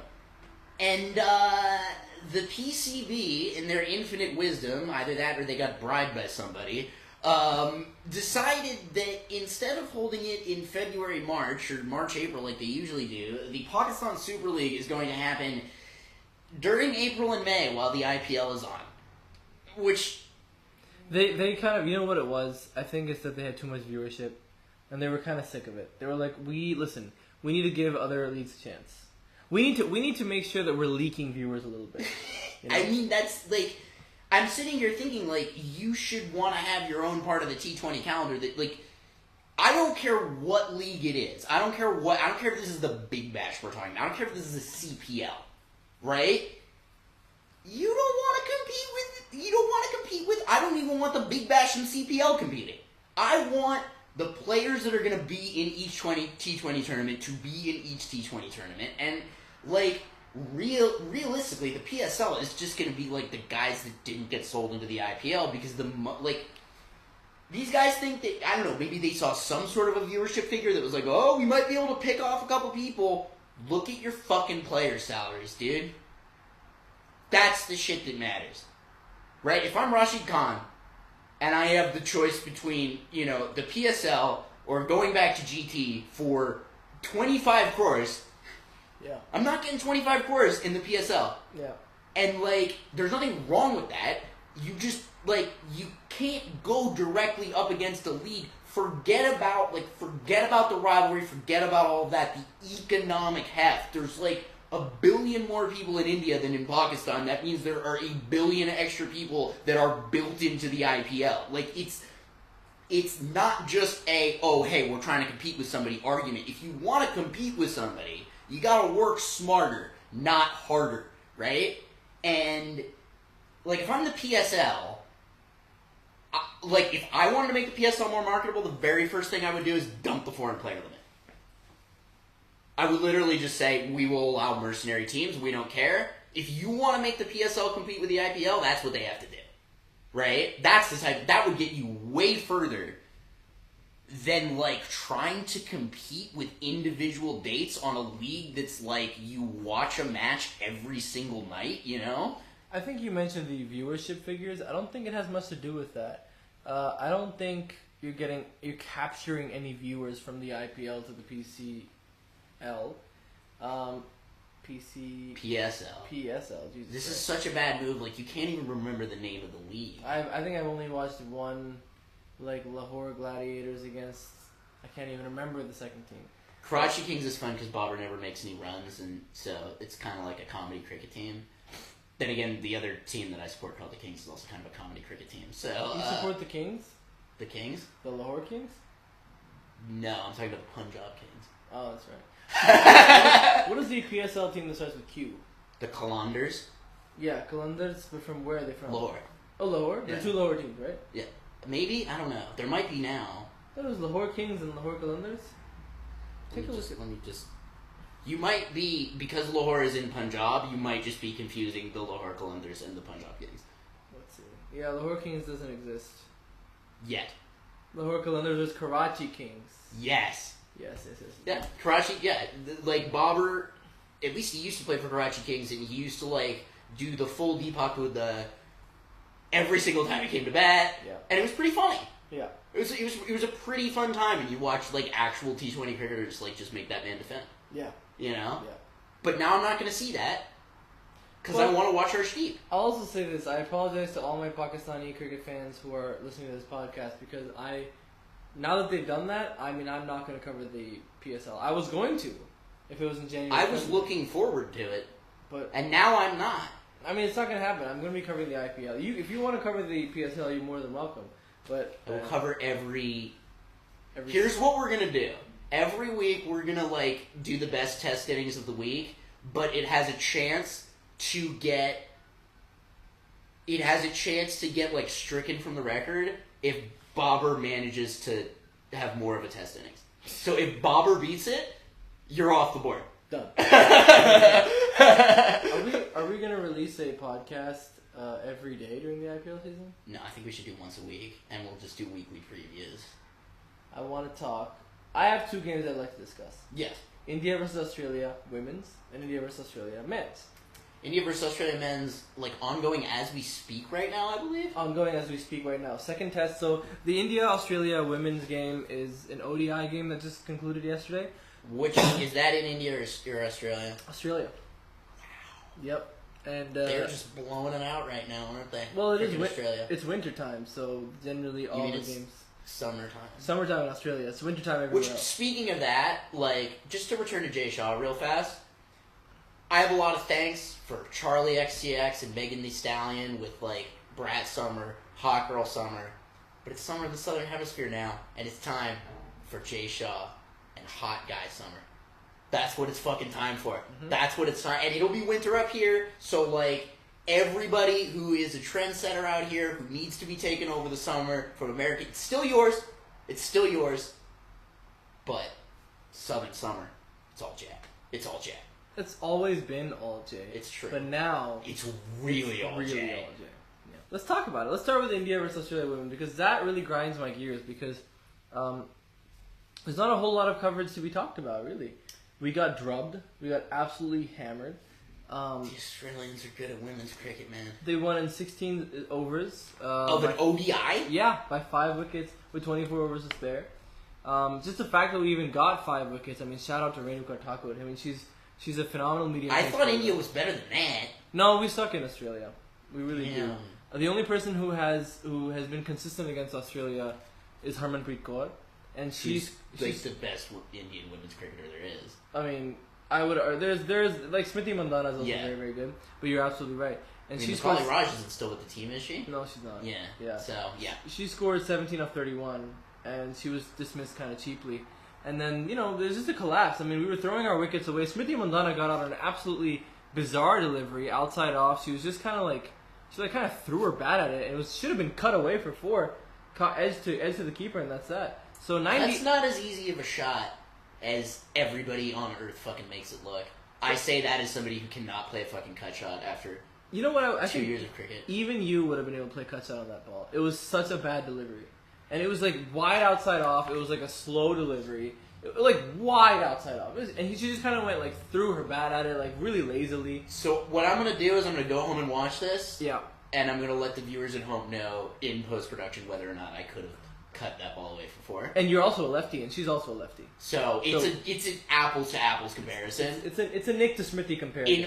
In every other way other than that Smriti Mandhana could probably score 100 in the SCCA, and I don't know if I could score 1 fucking run in the SCCA. Yeah. This is Nick in post-production. I took a look at the shot, and it was a little bit of a soft dismissal, but the ball was pretty wide, so I probably would have left it. I don't know if I could have cut it away for 4.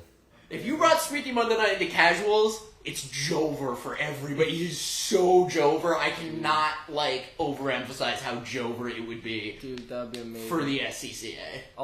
For all of those who don't know what the SCCA is, the Southern California Cricket Association. And the reason that Aryaan and I first met. Yeah. It's kind of like one of those things, Well, let's finish this India women versus Australia women's game here. Not a whole lot to say, to be honest. As I mentioned earlier, Reid gets 3 wickets and almost turns around the game at some point. There was a passage of play where it was like 51 for nothing, and then it was 52 for 3, Australia, right? But again, you're chasing 100 odd, and it's always going to be easy pickings for Australia. Yeah.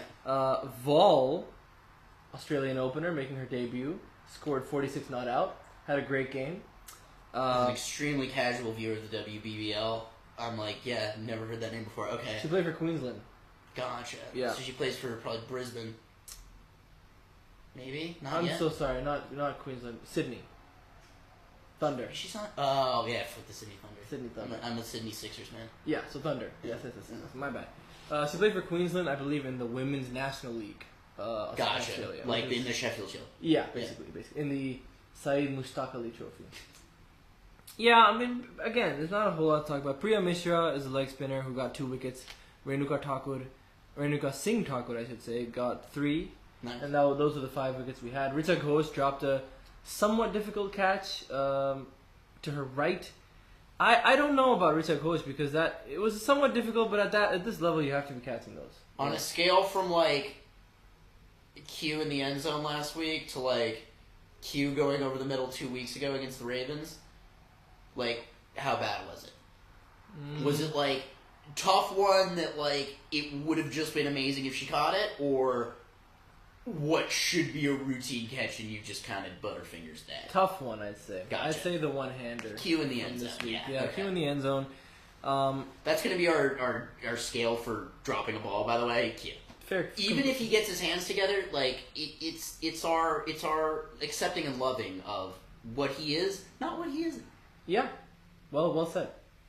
But yeah, I mean, it's just a story of throwing our wickets away as a batting unit, and not giving our bowlers anything to do. So let's finish up Australia versus India women, I think. Yeah, I mean, not a whole lot to say. I mean, Georgia Vole, as I was mentioning earlier, had a great debut, and she dropped a catch, which is never great at slip, but it didn't matter in the end. Apart from that, it was a tough match to watch as an India fan, and hopefully we don't make these kinds of. It's really about throwing your wicket away and giving a hoot about your wicket and staying at the crease. Yeah. So if we can learn to do that, and wait out those rough periods. I mean, Priya Punya went opening, and she was 3 off 15 or 3 off 16. Yeah, not good enough. It's not good enough, but it's not the end of the world. It's not the end of the world. Because you still have 47 more overs to play. Or 45 more overs to play. But you want to better start than 3 off 16. I mean, that is slow even for an ODI. But is it worth chipping it in the air and getting caught? I don't think so. I think you need to wait till the 10th over, and if your strike rate is still bad, then you can then you can start to play your shots, because then you have plenty of batting in the dugout. I love how in T20s you give 0 shits about your wicket. In tests you give 3 shits about your wicket, and in ODIs you give exactly 1. I think that's no more. Very well put. Because 3 shits sounds like a lot. Well, I feel like test wickets are worth 3 shits, right? I'd say so. You only get 20. Really 10. Before things. Really 1. Mm-hmm. Per person. All right. One person doesn't use theirs. Exactly. Yeah. All right. Well, I think that's the end of the India Australia women's. Let's talk. I got some meat on India versus Australia. Okay, dude. We're ongoing. Let me see if we got can I just check if we got live action going right now? Please. Okay. By all means. I also need an update on this one because I was looking at it yesterday, but please. I got so much tea and I got so many opinions. Ooh, hello. Okay. Hello. End of day 1, so we are at stumps. India all out for 180. Australia 86 for 1. But you know what I'll say? It's we were also 69 for 1. And then we were 180 all out. So let me just go through this here.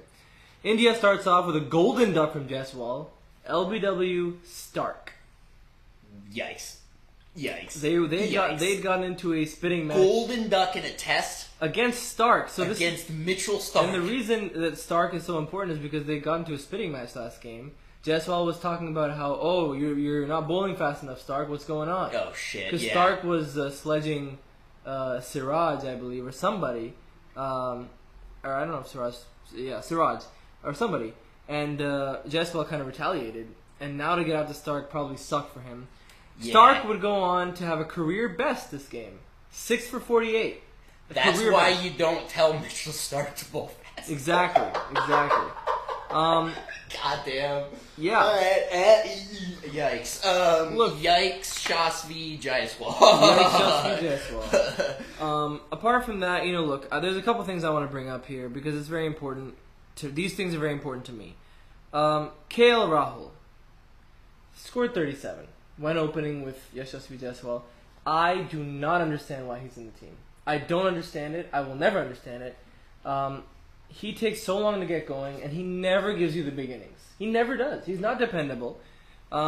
He can't play any bounce whatsoever, and he got caught at gully by McSweeney. I mean, Do you think if he doesn't perform this year in the IPL, like that might be curtains for him with Team India? I've been thinking it's curtains for him with the IPL performances and the strike rate and stuff for the last 3 years.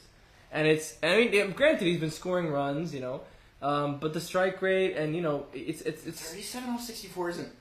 It's not bad. Horrible. It's not bad. I'm not saying it's bad. Yeah. It's just that how many innings without a 50 or without 100 am I gonna see per innings that he does score 50 or 100? Yeah. He has a good average and all that, but The biggest thing I'll say with KL is I remember looking at his social media posts this summer during the World Cup, traveling not there, and I was just like, my guy is down so bad, yeah. and he needs a recovery. From like the injuries and stuff, or what? Just like if he's gonna continue to be a top level cricketer for India, he needs to rediscover some of his former form. Yeah. Form. Maybe he's not an opener. Maybe he's not an opener. Maybe he's DK. not a batsman. Well, so what is he? A specialist wicketkeeper? He's a retired cricketer who commentates. That's what he is. Maybe that's what he needs to do. He needs to retire for one season and then come back as a finisher.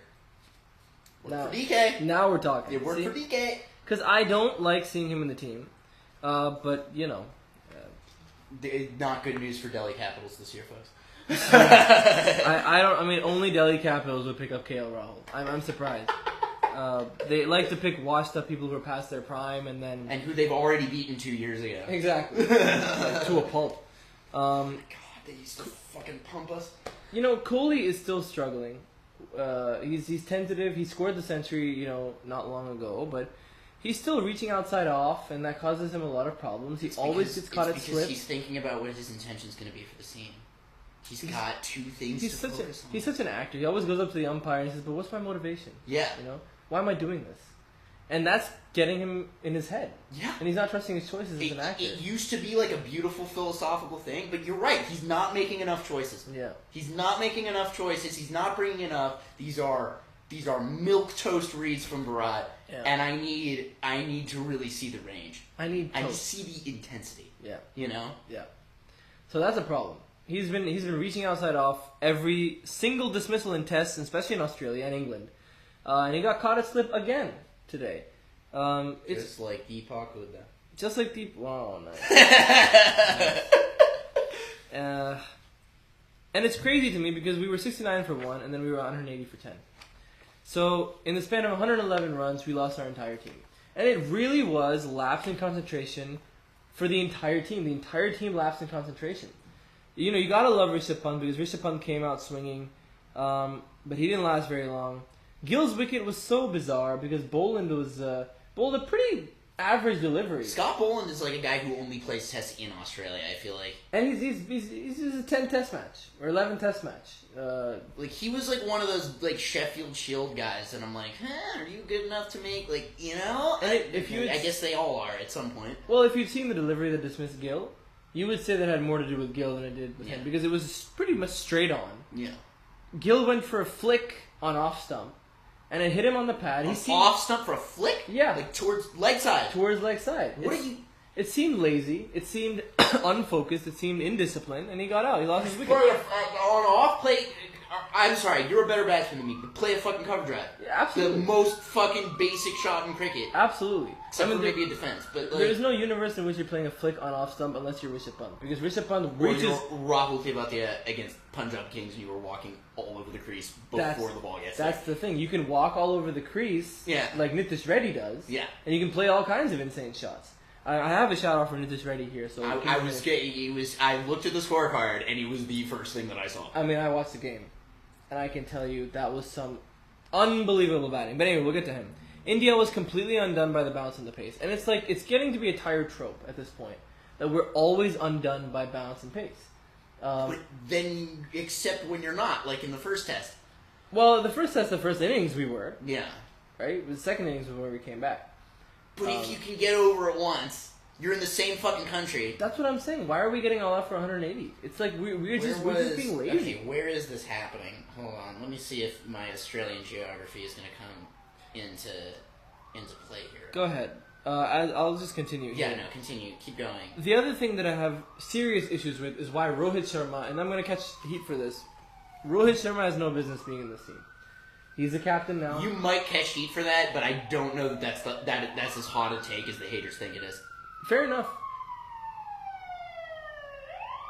It's such a hot take. We got a fucking set. Like you shit on Rohit Sharma one time, and he sends the sirens blare. Fucking god. It's you know what it is. It's like he's going 4 down, which makes no sense. He got LBW on literally what was it? Like he got LBW. Rohit Sharma at 4 down. At 4 down. At 4 down in this economy. In this economy, 3 off 23 LBW to Boland. Again, I don't get why Boland's getting this many wickets. He's bowling straight on. He's bowling like I gotta know what venue this is happening. It's at. really it might be his home venue, and that might be why he's cooking. It's really all the pitch, honestly. The pitch. I'll tell you where it's happening. It's happening. It's happening in Perth. No, okay. that was the first one. Was in Perth. On the first day of the Perth test. Okay, buddy. Sorry, but like Australia was completely undone in the first innings of the first test too. Adelaide. I think Scott Boland may be from South Australia. That's why he's taking so many wickets. This is home ground. Look, this game is happening in Adelaide, and even if he is able to take wickets at his home ground, he's not bowling well enough. No, he plays for Victoria. Because Stark got 6. Never played for. Yeah, he plays for Victoria. See, Stark got 6. And Stark's from New South Wales. So I don't know if it mainly is that the pitch is skidding on. And the bowlers aren't doing too much. Stark is a phenomenal bowler. I mean, look, there's no denying that. He's a much better. I'm used to shitting on him in T20s, but he's a good test bowler. He's a great test bowler. He's one of the all-time. It's true. He's one of the all-time greats. But anyway, he's not a 3-4-9 king like Pat Cummins. Yeah, exactly. I want to be a real man. I want to be a real Pat. I don't get why Rishabh Pant is in the team. Oh, I'm sorry. I don't get why Rohit Sharma is still in the team, unless he's playing as a specialist slip fielder.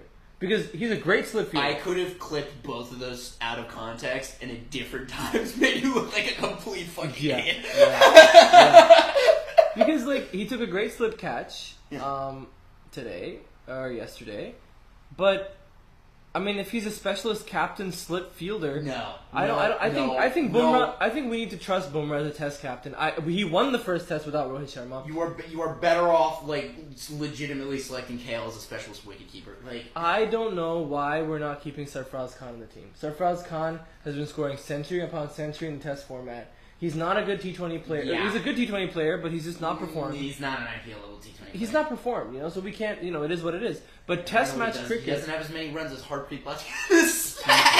Yeah. But he's a great test player, and it's rough that he's not getting a chance to play. Yeah. And Rohit Sharma needs to be benched in place of him. Bumrah can captain just fine. I don't see the problem. Even Rahane, for God's sake, stepped in and won a test series. Oh God! If you're invoking a Jinky Rahane, we're in dire straits. But imagine he won a test series in Australia as captain not long ago. This is 2 years ago. I'm talking. So it's insane. Just to hear you speak the name of Jinky Rahane in a positive light is just something I'm not used to. I love. But he's a better test cricketer. I love a Jinky Rahane. I really love him. I think what he did for CSK as an opener, I think he really reinvented his game and tried to go as quick as possible. It's just not his nature. Yeah. You can't fault him. I mean, try making Pujara do that. I don't think Pujara... you know what I mean? You think... I'm sorry, I just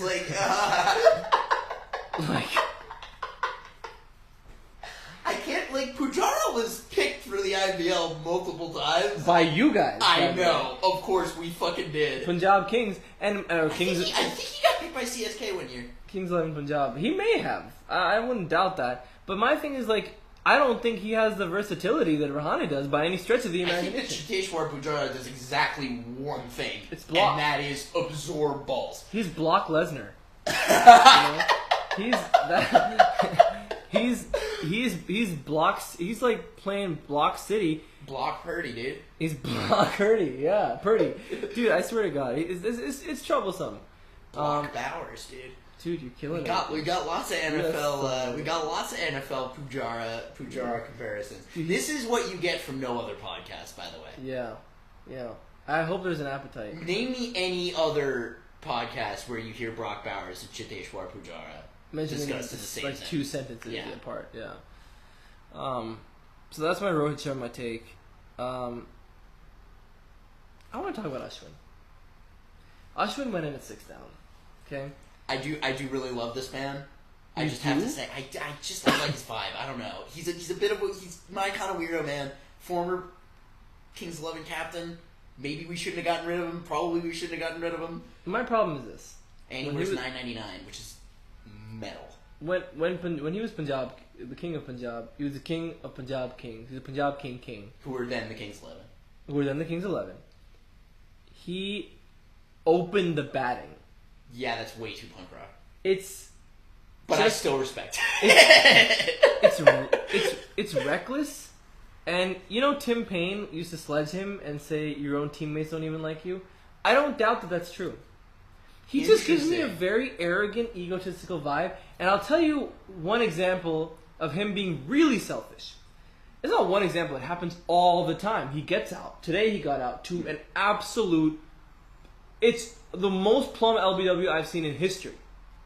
Immediately goes Like stumps, pad, bonk. literally, and he immediately goes upstairs, and the commentators, he goes up for a review, and the commentators go,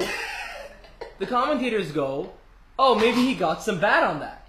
There was like a mile between bat and ball.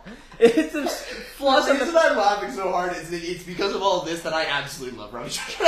And I'm like, this guy is so fucking cheese. I am so here for it. He's so selfish. He's so selfish. But he does so many like awesome cheese tactics. Like you gotta appreciate a man who is committed to the cheese. Man. It grinds my gears when a batsman goes immediately upstairs without consulting his partner. Yes. Because a team only gets a certain amount of reviews. No, obviously we all know this, but it's like, you how selfish are you? 22 of 21, great innings. I'm not doubting the validity of his batting skill and all that, but it's like it's the mindset that I don't like about Well, it. and especially in a test where the innings is going to be long and the reviews are going to be way more important, way more crucial. Not like having a guy go not out in a test is a way bigger deal than in the T20. And he's lucky that it didn't happen to make any difference. But what if it did? And we were 6 or 7 down at that point. I think that if Ashwin were on this podcast right now, he would just like smugly say, "I knew it wasn't going to make a difference," and walk out. Exactly. Yeah.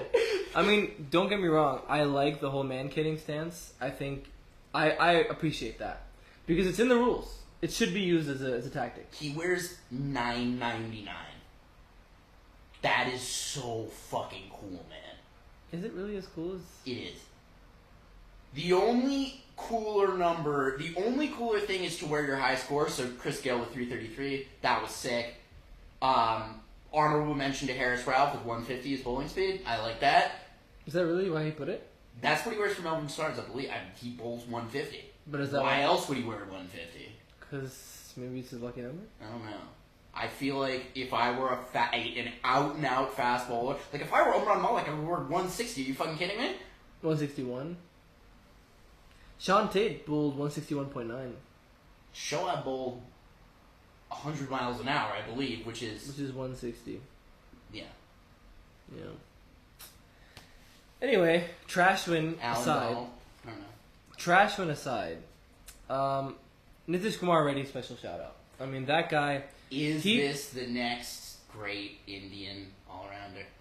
It has to be asked. It has to be asked. He pumped Stark. Stark and Boland were terrifying our batsmen. He comes in, and it's like we're 7 or 8 down. He pumps Stark for a 6 over extra cover, lofted cover drive. Then, it's not even done That yet. is a Sex Havers cricket shot with 6 over extra cover. It's not even done yet. Boland bowls on middle. Man switch hits on middle stump. Standing up. Over third man. Not a reverse sweep. Like Kevin Peterson, I'm going to walk to the other side of the crease and bat the other way. Exactly. And he hit it like over what would be third man if he was batting righty. In a test match. In a test match. You know that there were 7 down. There We were were 7 down. 50 men in England who saw that and simultaneously said we should not have let the colonies ever play cricket. Exactly. And that is why the ECB should be dissolved. Yeah, exactly. I I mean, it's crazy. It's truly an amazing find for India. And Oh my god, Look, a switch hit in a test match? And that in that situation as well, where we're 7 or 8 down, we're at our, close to being at the end of our innings. And it's tough because Bumrah edged one to the keeper, and then it was him and Siraj, and there was the last wicket. And he was like, as most batsmen do in that situation, let me try and hit as many runs as I can before the tail ender gets out. Yeah. He tried to hit one over long off, but it went straight to mid. It went straight to mid on. It went up in the air. Yeah. It's tough. What are you gonna do? He need 45 runs. Yeah. In a crunch time situation. Yeah, and he's been consistent. As a guy who wasn't playing tests a year ago. Yeah. I mean, you gotta give it up to him. He fucking rose out of nowhere like that. Holy fuck, the Sunrisers Hyderabad. They are the new hotbed. They almost had Arsh, man. I wish they did. So you'd be sad. Yeah. I low-key wish KKR would retain Venkatesh Iyer for the memes, and that did happen. I'm sorry you lost out on that one, but then again... There you go. I don't know, Arsh and Orange, it just doesn't fit. It just doesn't fit. It doesn't fit now. But it will when he switches over to KKR. And guess what? We're gonna KKR go into their prison era and start wearing orange. You know what we're gonna do? Yeah, exactly. You know what we're gonna do? We're gonna buy Arsh just for the meet, and we're gonna bench him the whole season. He's not gonna play a single game. Harshit Rana is gonna play the whole season. The funny thing is that you guys totally would do that. Yeah. You guys would spend 18 crores on Arsh and play Harshit Rana the entire season. Yep, 100%. Totally would do that. Vaibhav Arora and Harshit Rana, we wouldn't play Arshdeep Singh. Venki Mysore is sitting in his office right now being like, God damn it. How do we keep people on their toes again? I should have thought of that. Fuck. It's like the 23 crore buy of Arshdeep was a misdirect. What you really need to worry about is that 4 crore pace bowling. Venki's gone over to the alternate universe where they paid 30 crores for Arshdeep to leave him up. Goodness gracious. The last thing I want to talk about, which is in the same game, McSweeney. McSweeney is a very confident batsman. A pleasure to watch, really. He's pulling, he's hooking, he's cover driving, he's cutting. There's not a lot of shots that he doesn't have in his repertoire. He's batting with Labuschagne. Usman Khwaja dismissed early once again. Labuschagne, never liked the guy. I think he's a bit much. I think he's a little cringe. I think he got figured out. Like if there's anybody like this is we're going to Major League Baseball here, but if there's anybody that like Marnus Labuschagne really reminds me of, it's like Steve Smith. Like Jock Peterson or Cody Bellinger, like a guy who came into Major League Baseball. For those of you who aren't baseball fans, both of these guys played for our LA Dodgers. Absolutely tore the league up for half a season. Now, obviously, baseball is not Test cricket. You have way more games in every season, like by a factor of 10. In baseball.